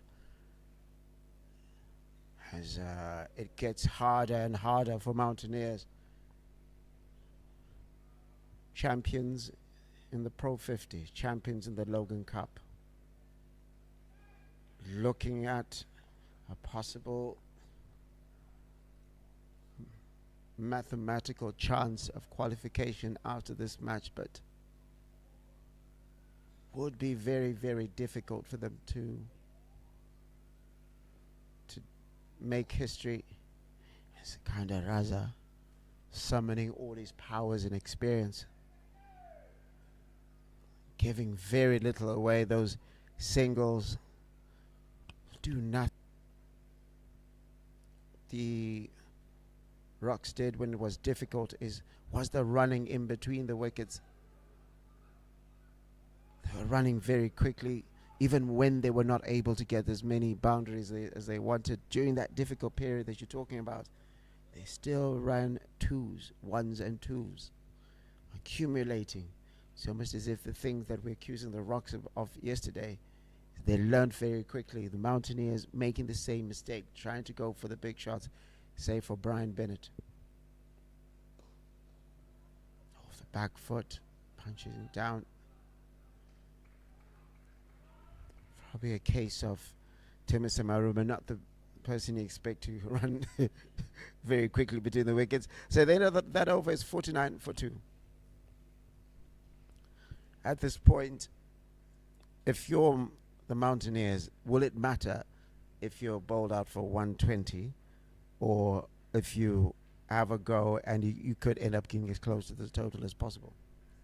At this moment, the rate has really gone up a lot.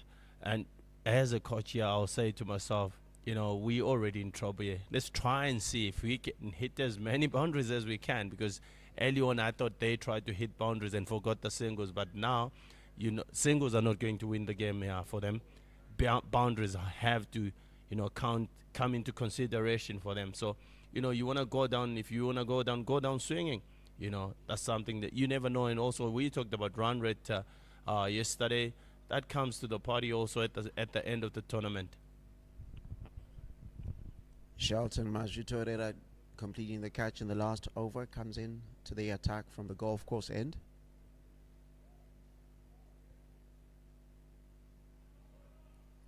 Looks like an evenly spread field. Most of the outer catching positions on the leg side,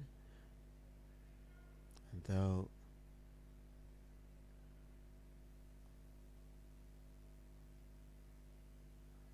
just got in cover at backward square leg, bringing in from a deep position. Timisema Romero also having a look around to see where might be able to get those 4s and 6s. And that is close. Umpire is not interested. Forster Mtizwa, former international, did well at this level. Now an international umpire. He's got a great understanding of the game. It's quite great to see former players going for other things besides coaching, besides playing.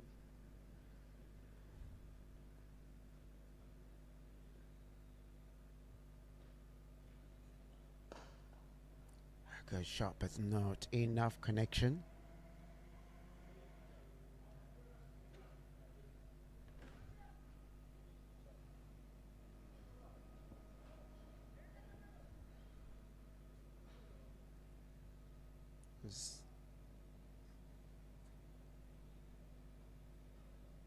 Same sort of field settings are maintained, though I think a lot more of the catching positions. You've got Kanaraza at extra cover. And, hard to set a field for that, as it goes past at short vacant, short fine leg position. Brian Bennett gets a 4. A lot more of those will be the prescription. And in about 3 balls, when the strategic timeout comes around, the coaches come in and say, "Hey, mate, my friend," or youngster, whichever one. Shelton Mashitora had 3 more balls in this over. And Brian Bennett gives himself a little bit of room. was only able to punch it to deep cover.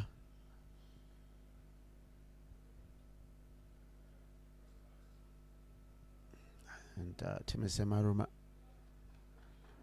quite yet to get going at an unhelpful strike rate of 60. Doesn't have, I guess, when you're setting, it's a lot easier to talk about rebuilding. And looks like he is in trouble here, and the trouble turns to disaster. Shelton Majitorera gets rid of Timison Maruma, and another one bites the dust for the Mountaineers. 55 for 3 after 9.5 overs. Mountaineers in all sorts of trouble here. Absolutely more trouble for the man in green, as we see umpires calling for the strategic timeout, if I'm not mistaken. So Timson Maruma goes back to the dugout. Very well ball from the young man Shelton, who I thought even from yesterday he shows some real talent. You know, he's still from what I hear, I think he's about 18 if I'm not mistaken, or 17. So it's good to see these youngsters coming in and doing the right job for their teams. And we saw him taking a very good catch at Calcon, and that should have given him the confidence, you know, to come in and bowl well the way he has bowled, Larry. Yes, this is where we find ourselves right now. A lot of trouble here. A lot of trouble here for the Mountaineers, and more relaxed coach in with respect to Jabulo Ngube, and seems as if he's gotten the right message through to his players. Their performance today would have been very disappointed in how they lost against the Eagles last night. And the Eagles were just irresistible under light. But the Eagles have to reckon with the Rhinos a little bit later today, so it's at 13:45. And just remind you, tomorrow is a rest day. And then on Friday, the action moves over to Takashinga, where there'll be a match in the morning and another match in the afternoon. Eagles are the only team that will not be taking part in the fixtures on that date. Tuskers today are the ones who have a bye. So 4 of the 5 teams in action today. So at the end of the strategic timeout is 55 for 3, 9.5 overs. As Ashley Mufandawiya takes guard.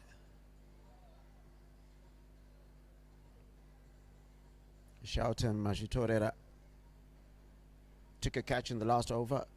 Very brilliant catch. And then comes into the attack and gets a wicket. And it's always great to hear new names.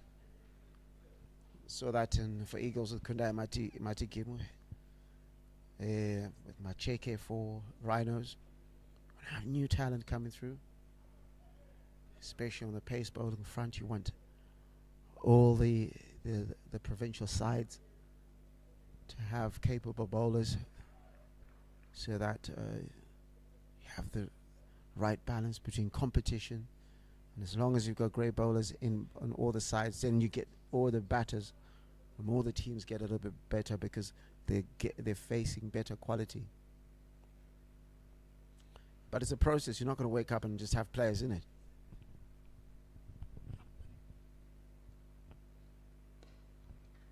Quick single there from Ashley, and that marks the end of the over. So we'll come back with that answer after this over. 56 for 3 after 10 overs.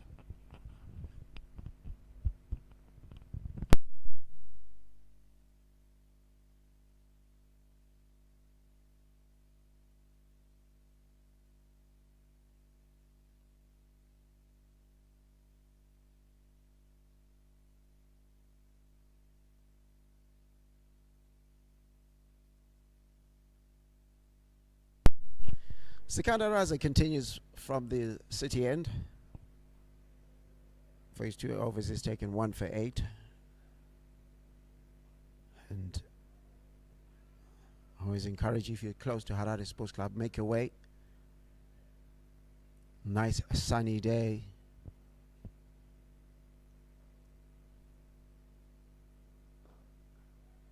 Very good bowling again from Sikandar Raza. That Sunil Narine type of hides the ball behind his hand, so you never really know what's going to come. He's developed himself, really worked on his bowling in recent years, and he's a genuine all-rounder for Zimbabwe. Always bowls out all his overs, whether it's ODIs, whether it's T20s. Was a big factor in playing against Afghanistan in the recent test. But top of his mind for now is helping this rock side. Pushes drive, picked up a deep cover. And also for him, the bigger picture for this year is qualification for the T20 World Cup. Qualifier taking place September-October period later this year.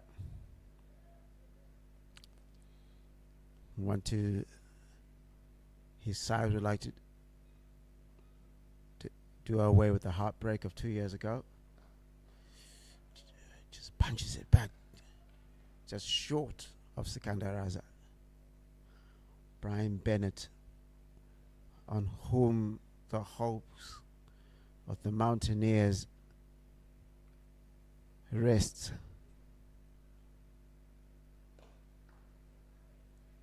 But brilliant bowling once again from Sikandar Raza.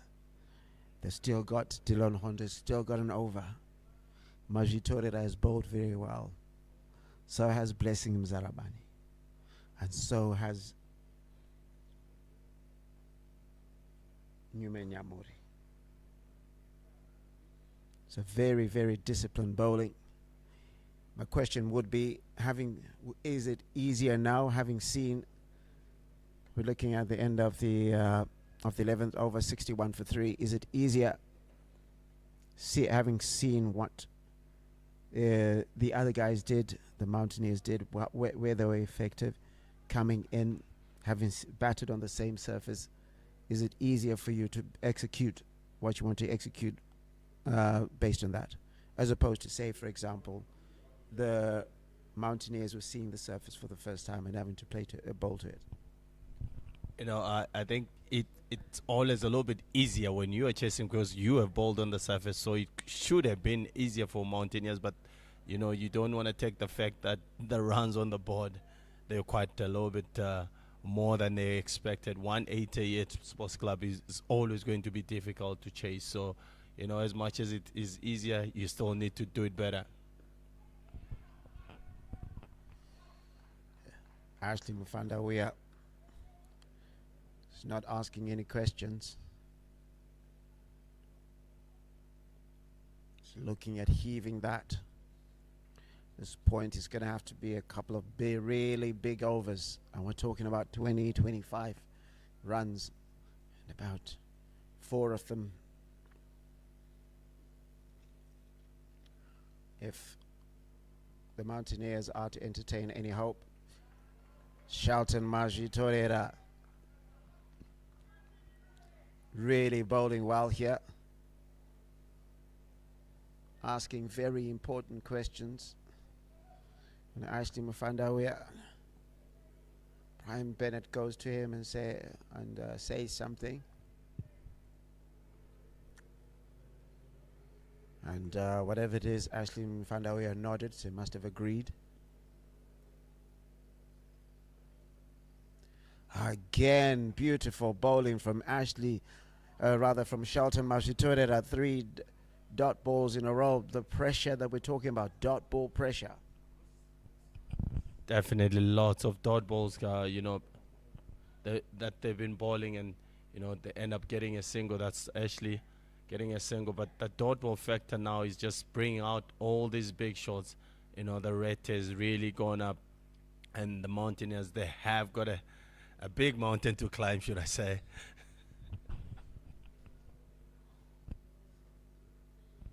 Not one stranger to puns, I see. And Brian Bennett looks at the umpire almost pleadingly and says, "Oh, isn't that a wide?" I guess Bennett, having moved across, probably moved the stumps across as well.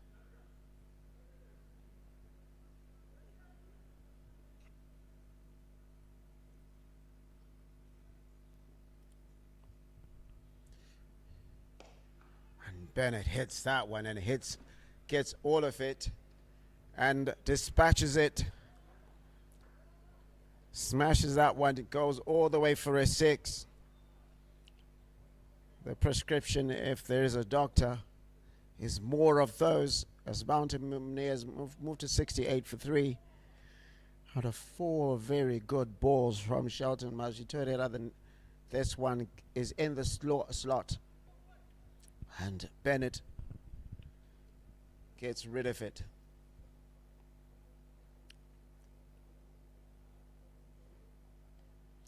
And inducing an edge, a healthy edge, and that one goes fine for a 6, for a 4, I beg your pardon. That's the end of the over.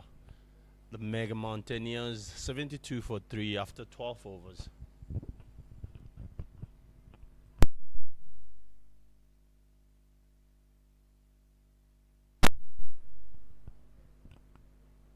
So Shelton Majitorera having bowled really well in the first 4 balls of the innings.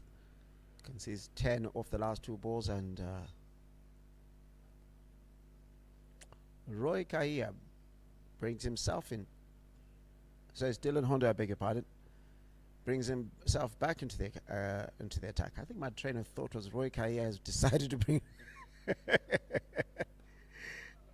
Dylan Honda makes damage with the first ball of his return, gets his first wicket, bowled well in the power play, and Ashley Vandaoya attempting to get over cover, can only get the toe of the bat on that, and he has to go caught at cover by William Mashinge. It's looking dire now for the Mountaineers on 72 for 4 after 12.1.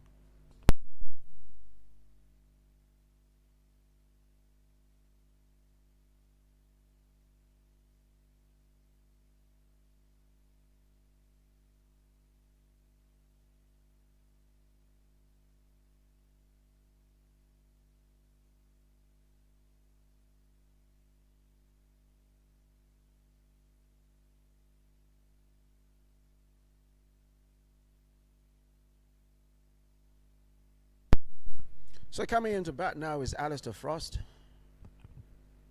He's had a good season with the red ball. Want to, if nothing else, to help fix the net run rate. Didn't do too well. Considered scored 7 in that defeat against the Rhinos on match day 1.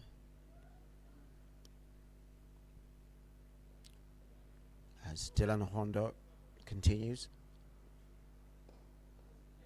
Alistair Frost just punches that down, and Jonathan Campbell at long off collects, throws it back.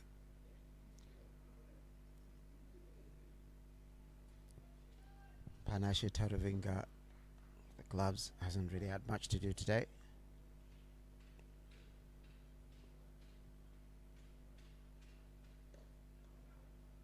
And as far as catches, done very well behind the stumps, and as far as dot balls and so forth are concerned, but a lot of them are regulation catches, but you still want your keeper to do their job.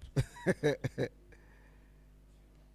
that's tough as the keeper calls for it, and Brian Bennett, his lone act of attrition, comes to an end, and with it, I would say, sadly, the hopes of the Mountaineers pulling something out of the fire in this one.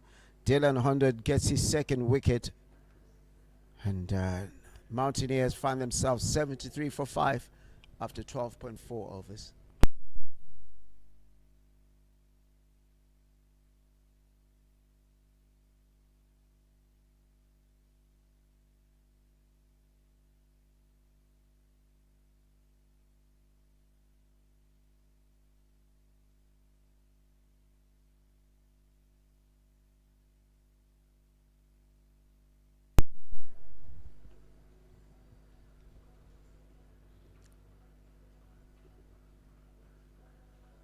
Dylan Honda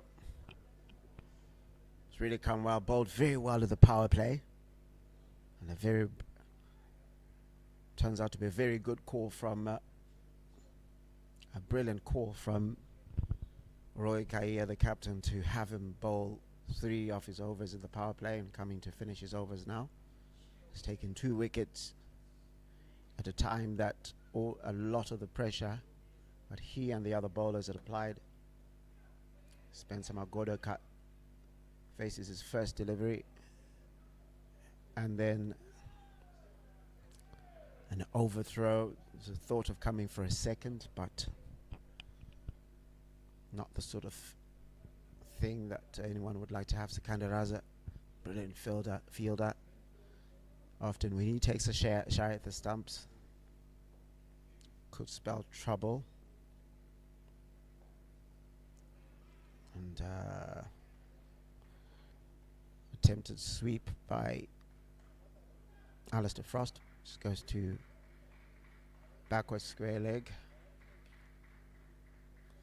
And so at the end of his innings, his bowling quota, Dylan Honda has taken 2 for 23 at an economy of 5.75. And so Mountaineers find themselves at 74 for 5. The required run rate is an eye-popping 15.43. Not impossible, but not probable, you would have to think.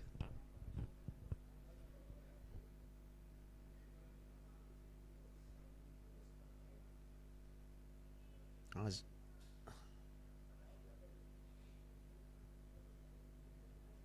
from the frying pan into the fire, as they would say, as Blessing Zarabani returns for his 3rd over. And just punches it. Nothing to worry about for Blessing Zarabani. And the Rocks hasn't taken a wicket, but hasn't conceded much either. Bless him, Zarabani. And that's what you want from your premier bowler. Even if he's not taking wickets, he's not conceding much. And that's lofted over. And spilled. And run for 2, thought of going for 3. But no offers for that from Sikandar Raza.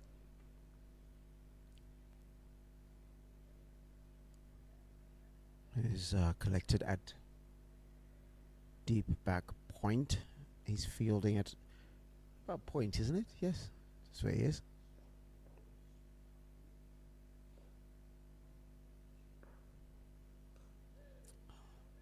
At top bottom edge. Just goes to short fine leg. Doesn't really go anywhere after that. So as long as it's singles, doesn't bother them much. Absolutely. Singles will not even hit the Southern Rocks that much. You know, the big man has been bowling very well, and you expect that from him. He's done that time and time and again.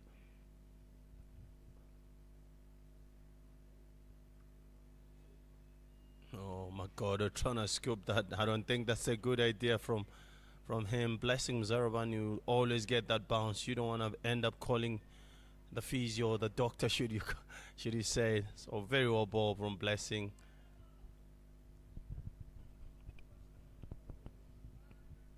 Sort of thing you want from your bowling unit. Complemented each other very well.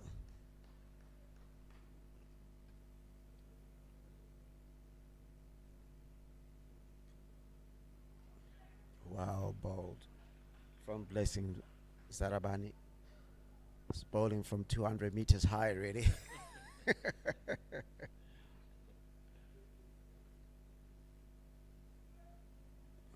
Very important statistics. Only 7 boundaries from this innings by the Mountaineers. To put that into context, Sikandar Raza scored 7 boundaries, and so did Innocent Kaya individually. So that is somewhere where there's trouble there, and trouble it has resulted in Spencer Magodo going, and he's gone. And now we're almost going through the rights, because the Mountaineers are suddenly 78 for 6. Blessing Mizarabadi, you can't keep him out of the wickets column. And at the end of the 14th over, the Mountaineers are 78 for 6.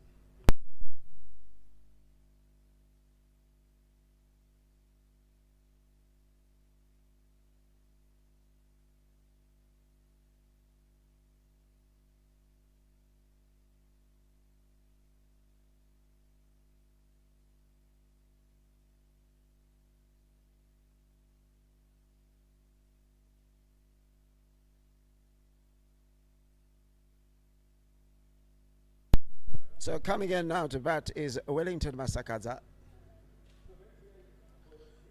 And the required rate has crept up to 17.33.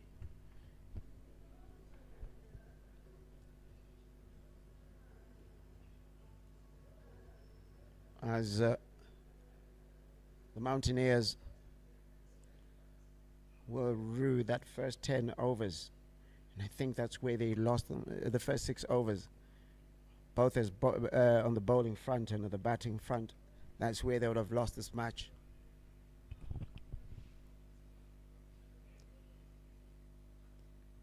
Raza starting very well.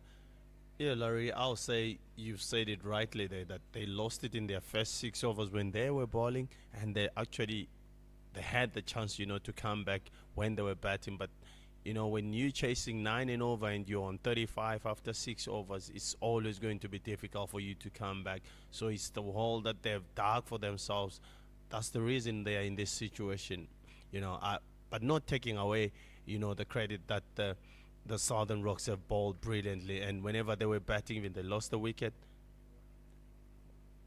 Very well ball from Raza. They lost the wicket, but still they didn't, take the foot off the pedal. They kept on grinding. They kept on, going after the bowlers. So credit to the Southern Rocks. They learned from last night. They ran well. They hit the boundaries very well.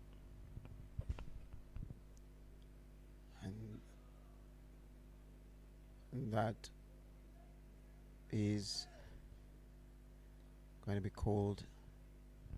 I guess Raza's holding his head, hoping it will carry to Blessing to the keeper. Keeper quite close, so there's no chance of him collecting that, I think. A reverse sweep of Sikandar Raza, and that one finds its way to the boundary from Alistair Frost.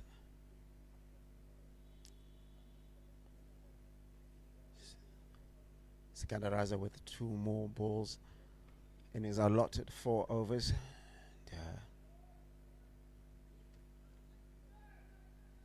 It's been a really difficult outing, but it's been an exhibition of boa constrictor-like, python-like cricket from the bowling front. The Rocks bowling unit has offered nothing, absolutely strangled this Mountaineers side.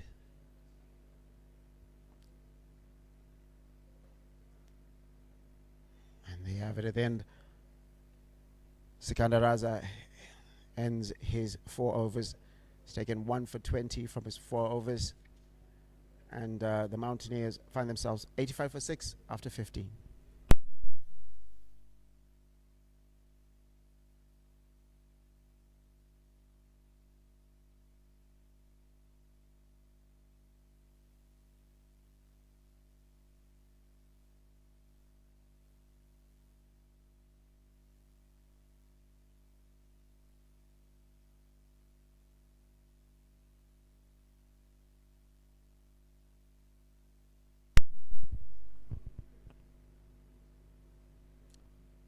Blessing Zarabani comes back to complete his to bowl his final over.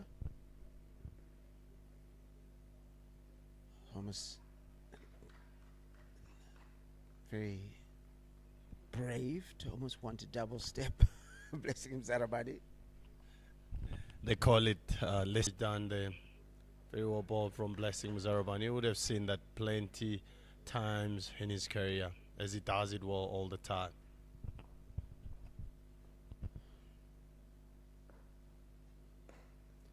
And much fuller delivery from back of a length from Blessing Zarabani, and he concedes 1. As always, well mind that.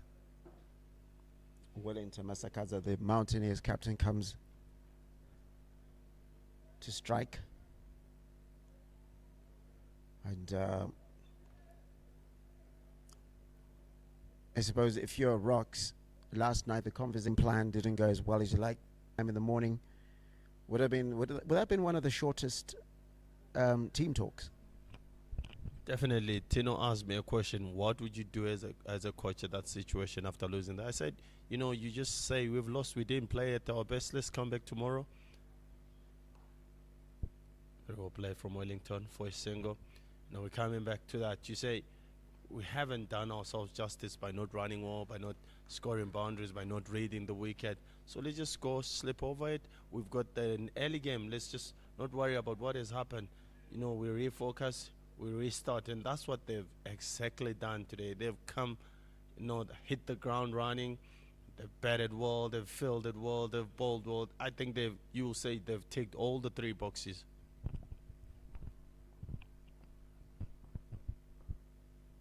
Blessing Zarabani at the end of all things good for. And as far as the bowling front, has led this bowling effort quite well, and could have been trouble. And I think the umpire's given that. No, he hasn't. I just thought, because you could look at Zarabani is almost pleading and looking at Wellington Masakazi and say, "Aren't you out?" Umpire was very well placed, I have to say, for Stamp Tizwa to make a decision on that. So it was very, very well placed. That's going to be a wide. I don't even think Zarabani himself would be able to. They probably caught it wide on him.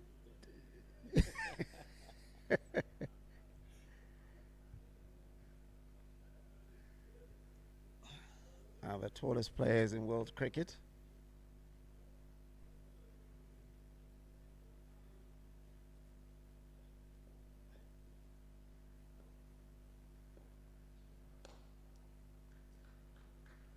Again, well bowled. Zarabani, if you're wondering what his height is, 2.03 meters. Or if you're Imperial, 6 foot 8 inches. Could have played basketball perhaps. Are you about 194? Okay. I'm like 96 centimeters tall.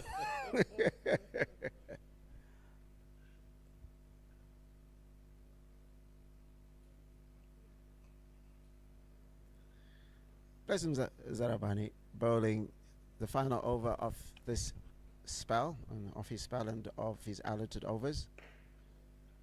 And no damage done in that. Alistair Frost was keen on that single, but Wellington Masaka's side, no thanks. So the end of that over, the 16th over, it is 91 for 6.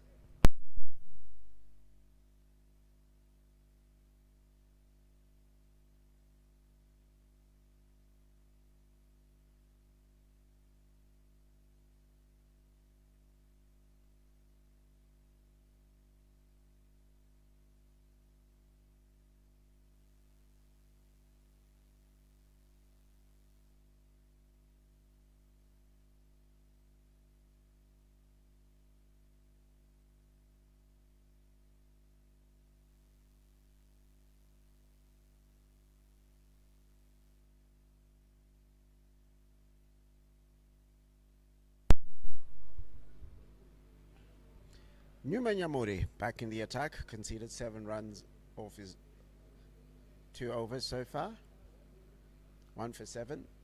Comes from a cricketing family, or a family that's serious about cricket. So no ball.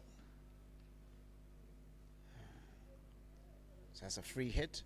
Newman Yamuri's younger brother Dylan doing quite well at under 14 at his school. Then his sister, younger sister Nicole Nyamuri, she plays in the Harare Metropolitan Cricket Association, plays for Chitunguza side called Gladiators. So the family doing its best to provide talent for the local cricket, and Alistair Frost fails to get enough connection on that. And the sweeper collects.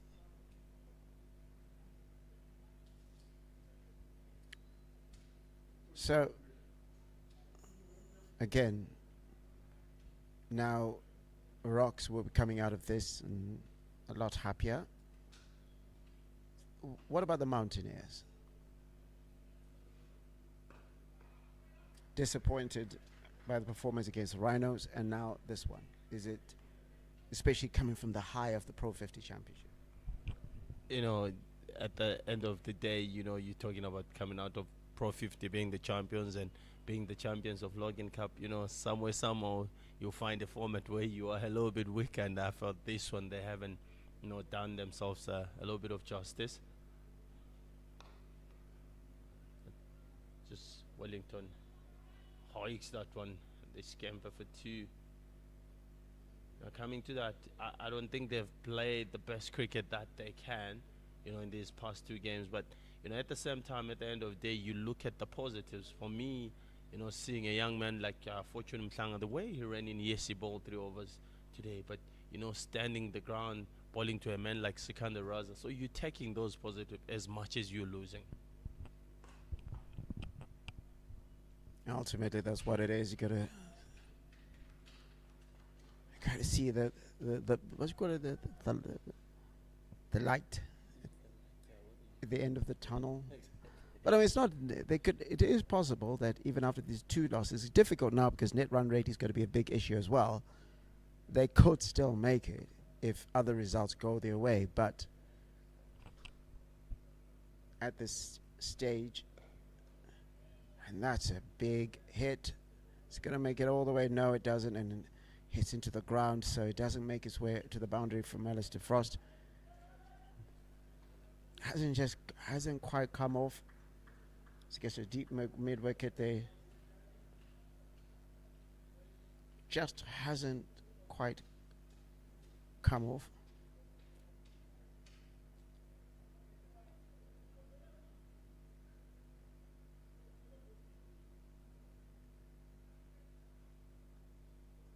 But I guess what you want to have a look at is whether you can get some runs, what some people call stat padding. I know a lot of people say still play for the team, but is this sort of a period where you say, look, I need to to just show that I am. Because I mean, like I said earlier, as at the end of the currently at the end of the 70th over, it's 99 for 6. This is a year where there will be considerations for who will make the national team for the qualifier that is later this year. So you still will need to show that fight, even under difficult circumstances like this. Definitely, this is where you raise your hand. You are. Let's talk about you Frost or Wellington Musagaza.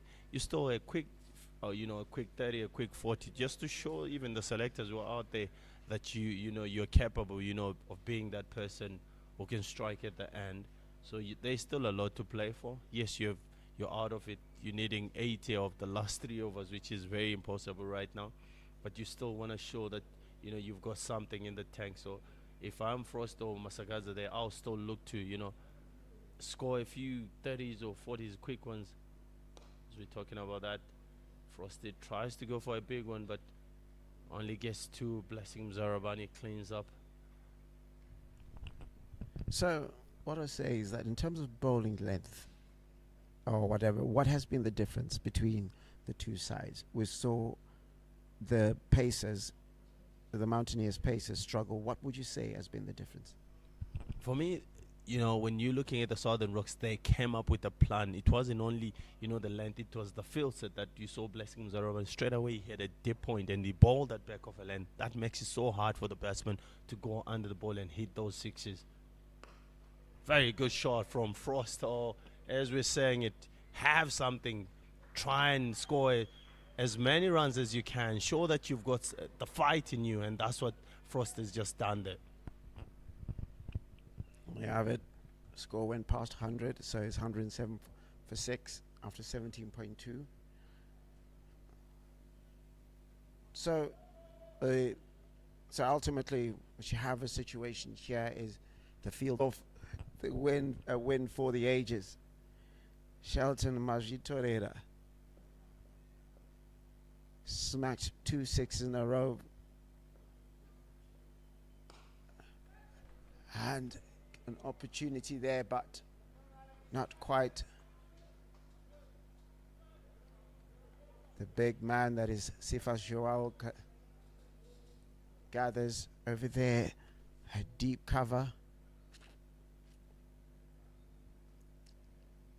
and still suddenly Alistair Frost is on 34 of 19. Just a moment ago, he's on 22 of 16. And once again, attempts, doesn't quite get all of it. So 2 runs will be run there.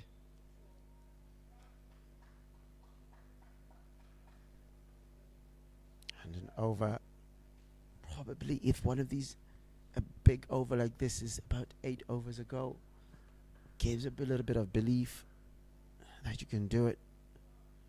18 runs off this over so far with 1 more ball to go.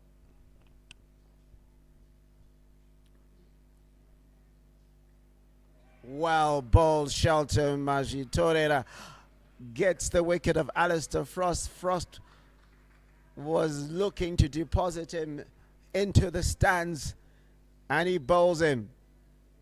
The sweet revenge from Shelton Majitorera, going for 18 in that over, but it takes the wicket of Alistair Frost, who has to depart for 36 of 21.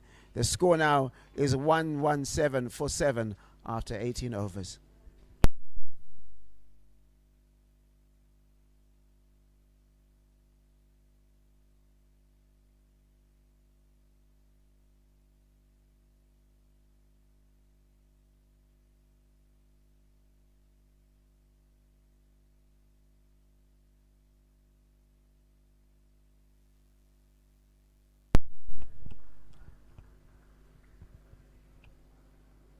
So Alistair Frost, one of the 2 batters to show some resistance from the Mountaineers lineup, has had to go, and coming in is Victor Nyauchi, who has to face Newman Nyamuri, but first up facing will be Wellington Masakadza, who is on 5 of 8 deliveries, so going at a strike rate of just 62.5.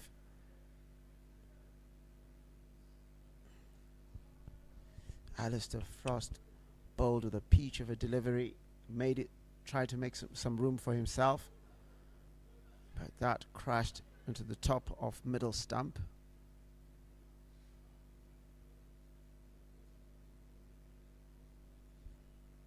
And bowled him. Newman Nyamuri. Again, the ululations come from his family over there sitting with the other fans. Wellington Masakadza has to go. Bowled beautifully by Newman Nyamuri. I say you miss, I hit. Newman bowling straight, using the pace that he has. Wellington has to go back to the changing room. He tried his best, but it hasn't been their day.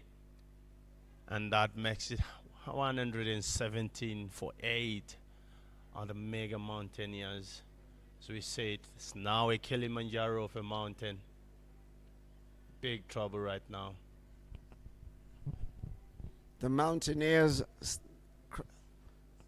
their crumble started quite a while ago. It will be complete in the next 11 balls either way, whether they're bowled out or whether they are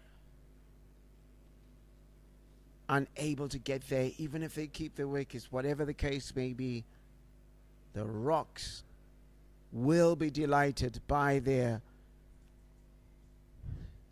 performance. Many people would have said a rock against a mountain. You favor the mountain, but the Rocks have said no.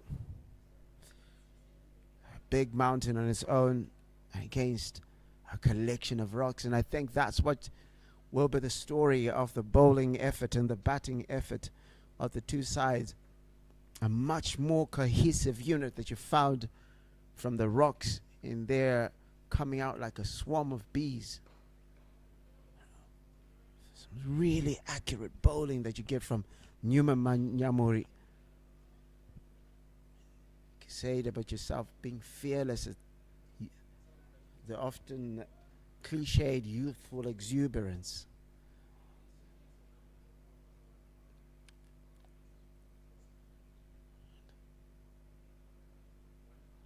And it's going to be one for the over. Someone who is not as blessed in the height department is able to hit it into the ground and pull out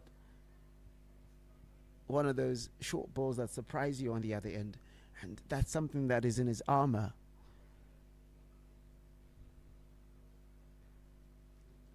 And that is just within the bounds, according to the umpire Christopher Piri, not Mpofu.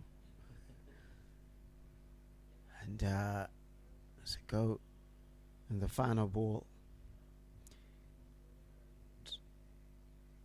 After this delivery, I want to talk about what your assessment of the match has been. And I'll have to bowl that one again. Very polished performance. I don't want to preempt you too much. No pressure. As Newman Nyamuri comes and bowls his final ball. Just going for 16 runs only. Bowled him. Newman Nyamuri. Take a bow, young man. With the last ball of his allotted over, ends his innings on 3 for 16. And the Mountaineers find themselves 118 for 9 after 19. It's been an absolutely disappointing performance from the Mountaineers. After the highs of the last two tournaments coming in, it's a different format, different expectations, different mindset.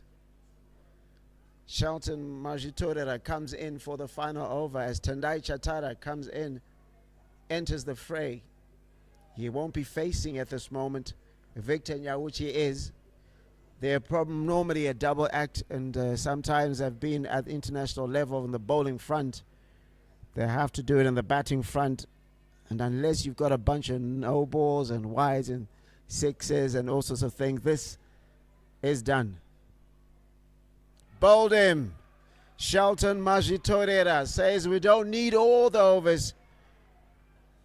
And the mega market Mountaineers have been bowled out for 118. And the Southern Rocks win this match with in emphatic style by 63 runs. And has been a polished performance. Just looking at how this match is panned out. Mega Market Mountaineers winning the toss and opting to field first. Sikandar Raza, the main batter in that front, 55 runs. Innocent Kaya, 41. Contributions of 22 and 21 from Roy Kaya and Jonathan Campbell, respectively. On the bowling front, Tendai Chitara, 3 for 49. Brian Bennett, 2 for 20. And Fortune Klanga, 2 for 20 as well. In response, Mountaineers not so good in this morning. Brian Bennett, he tried his best, made 46. He was the only contribution that we can say was really good. And then Alistair Froster also down there. It was a little bit too late for them. They didn't do that well. And when you look at the others, they didn't contribute that much. And then when you coming to the bowling front for the Southern Rocks, Dylan Wonder started very well, bowling in the power play, not so easy, taking 2 for 23. Blessing Zarabani, as good as always, 1 for 21. Newman Nyamuri, absolutely brilliant from the young man. Sikandar Raza, but everyday, Mr. Everyday, I should call him, 1 for 20 in his 4. And Shelton Mazutoria, 3 for 35. He took do him a world of good by taking those 3 wickets. Still young and doing well for the Southern Rocks. So it's been a complete performance by the Southern Rocks, doing well on all 3 departments. A complete performance, of course, from the Southern Rocks, keeping themselves firmly in the conversation. A lot of the work is still within their control, and that is it for this match. A very disciplined performance, Southern Rocks winning this match by 63 runs. We're going to take a break, and when we come back, we're going to have the Eagles are going to be taking on the Rhinos in a big match that's taking place a little bit later at 13:45. Otherwise, make sure you come back to our channel and make sure you come over to Harare Sports Club. Come and catch the action. Later on in the evening, we've got Durham women against Zimbabwe women. So it's a full day of cricket here at Harare Sports Club. My name is Larry Kwidirai, here with Christopher Mpofu.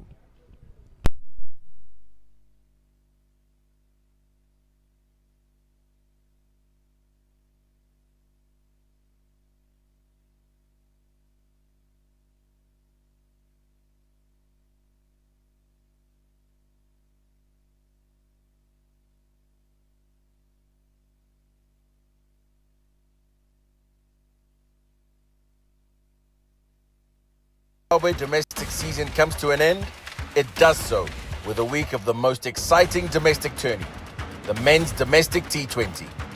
Will the Mountaineers continue to assert their dominance and make it a treble-winning season?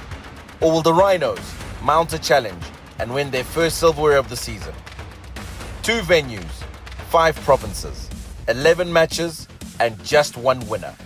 From the 24th to the 30th of March 2025 at Harare Sports Club and Takashinga Cricket Club.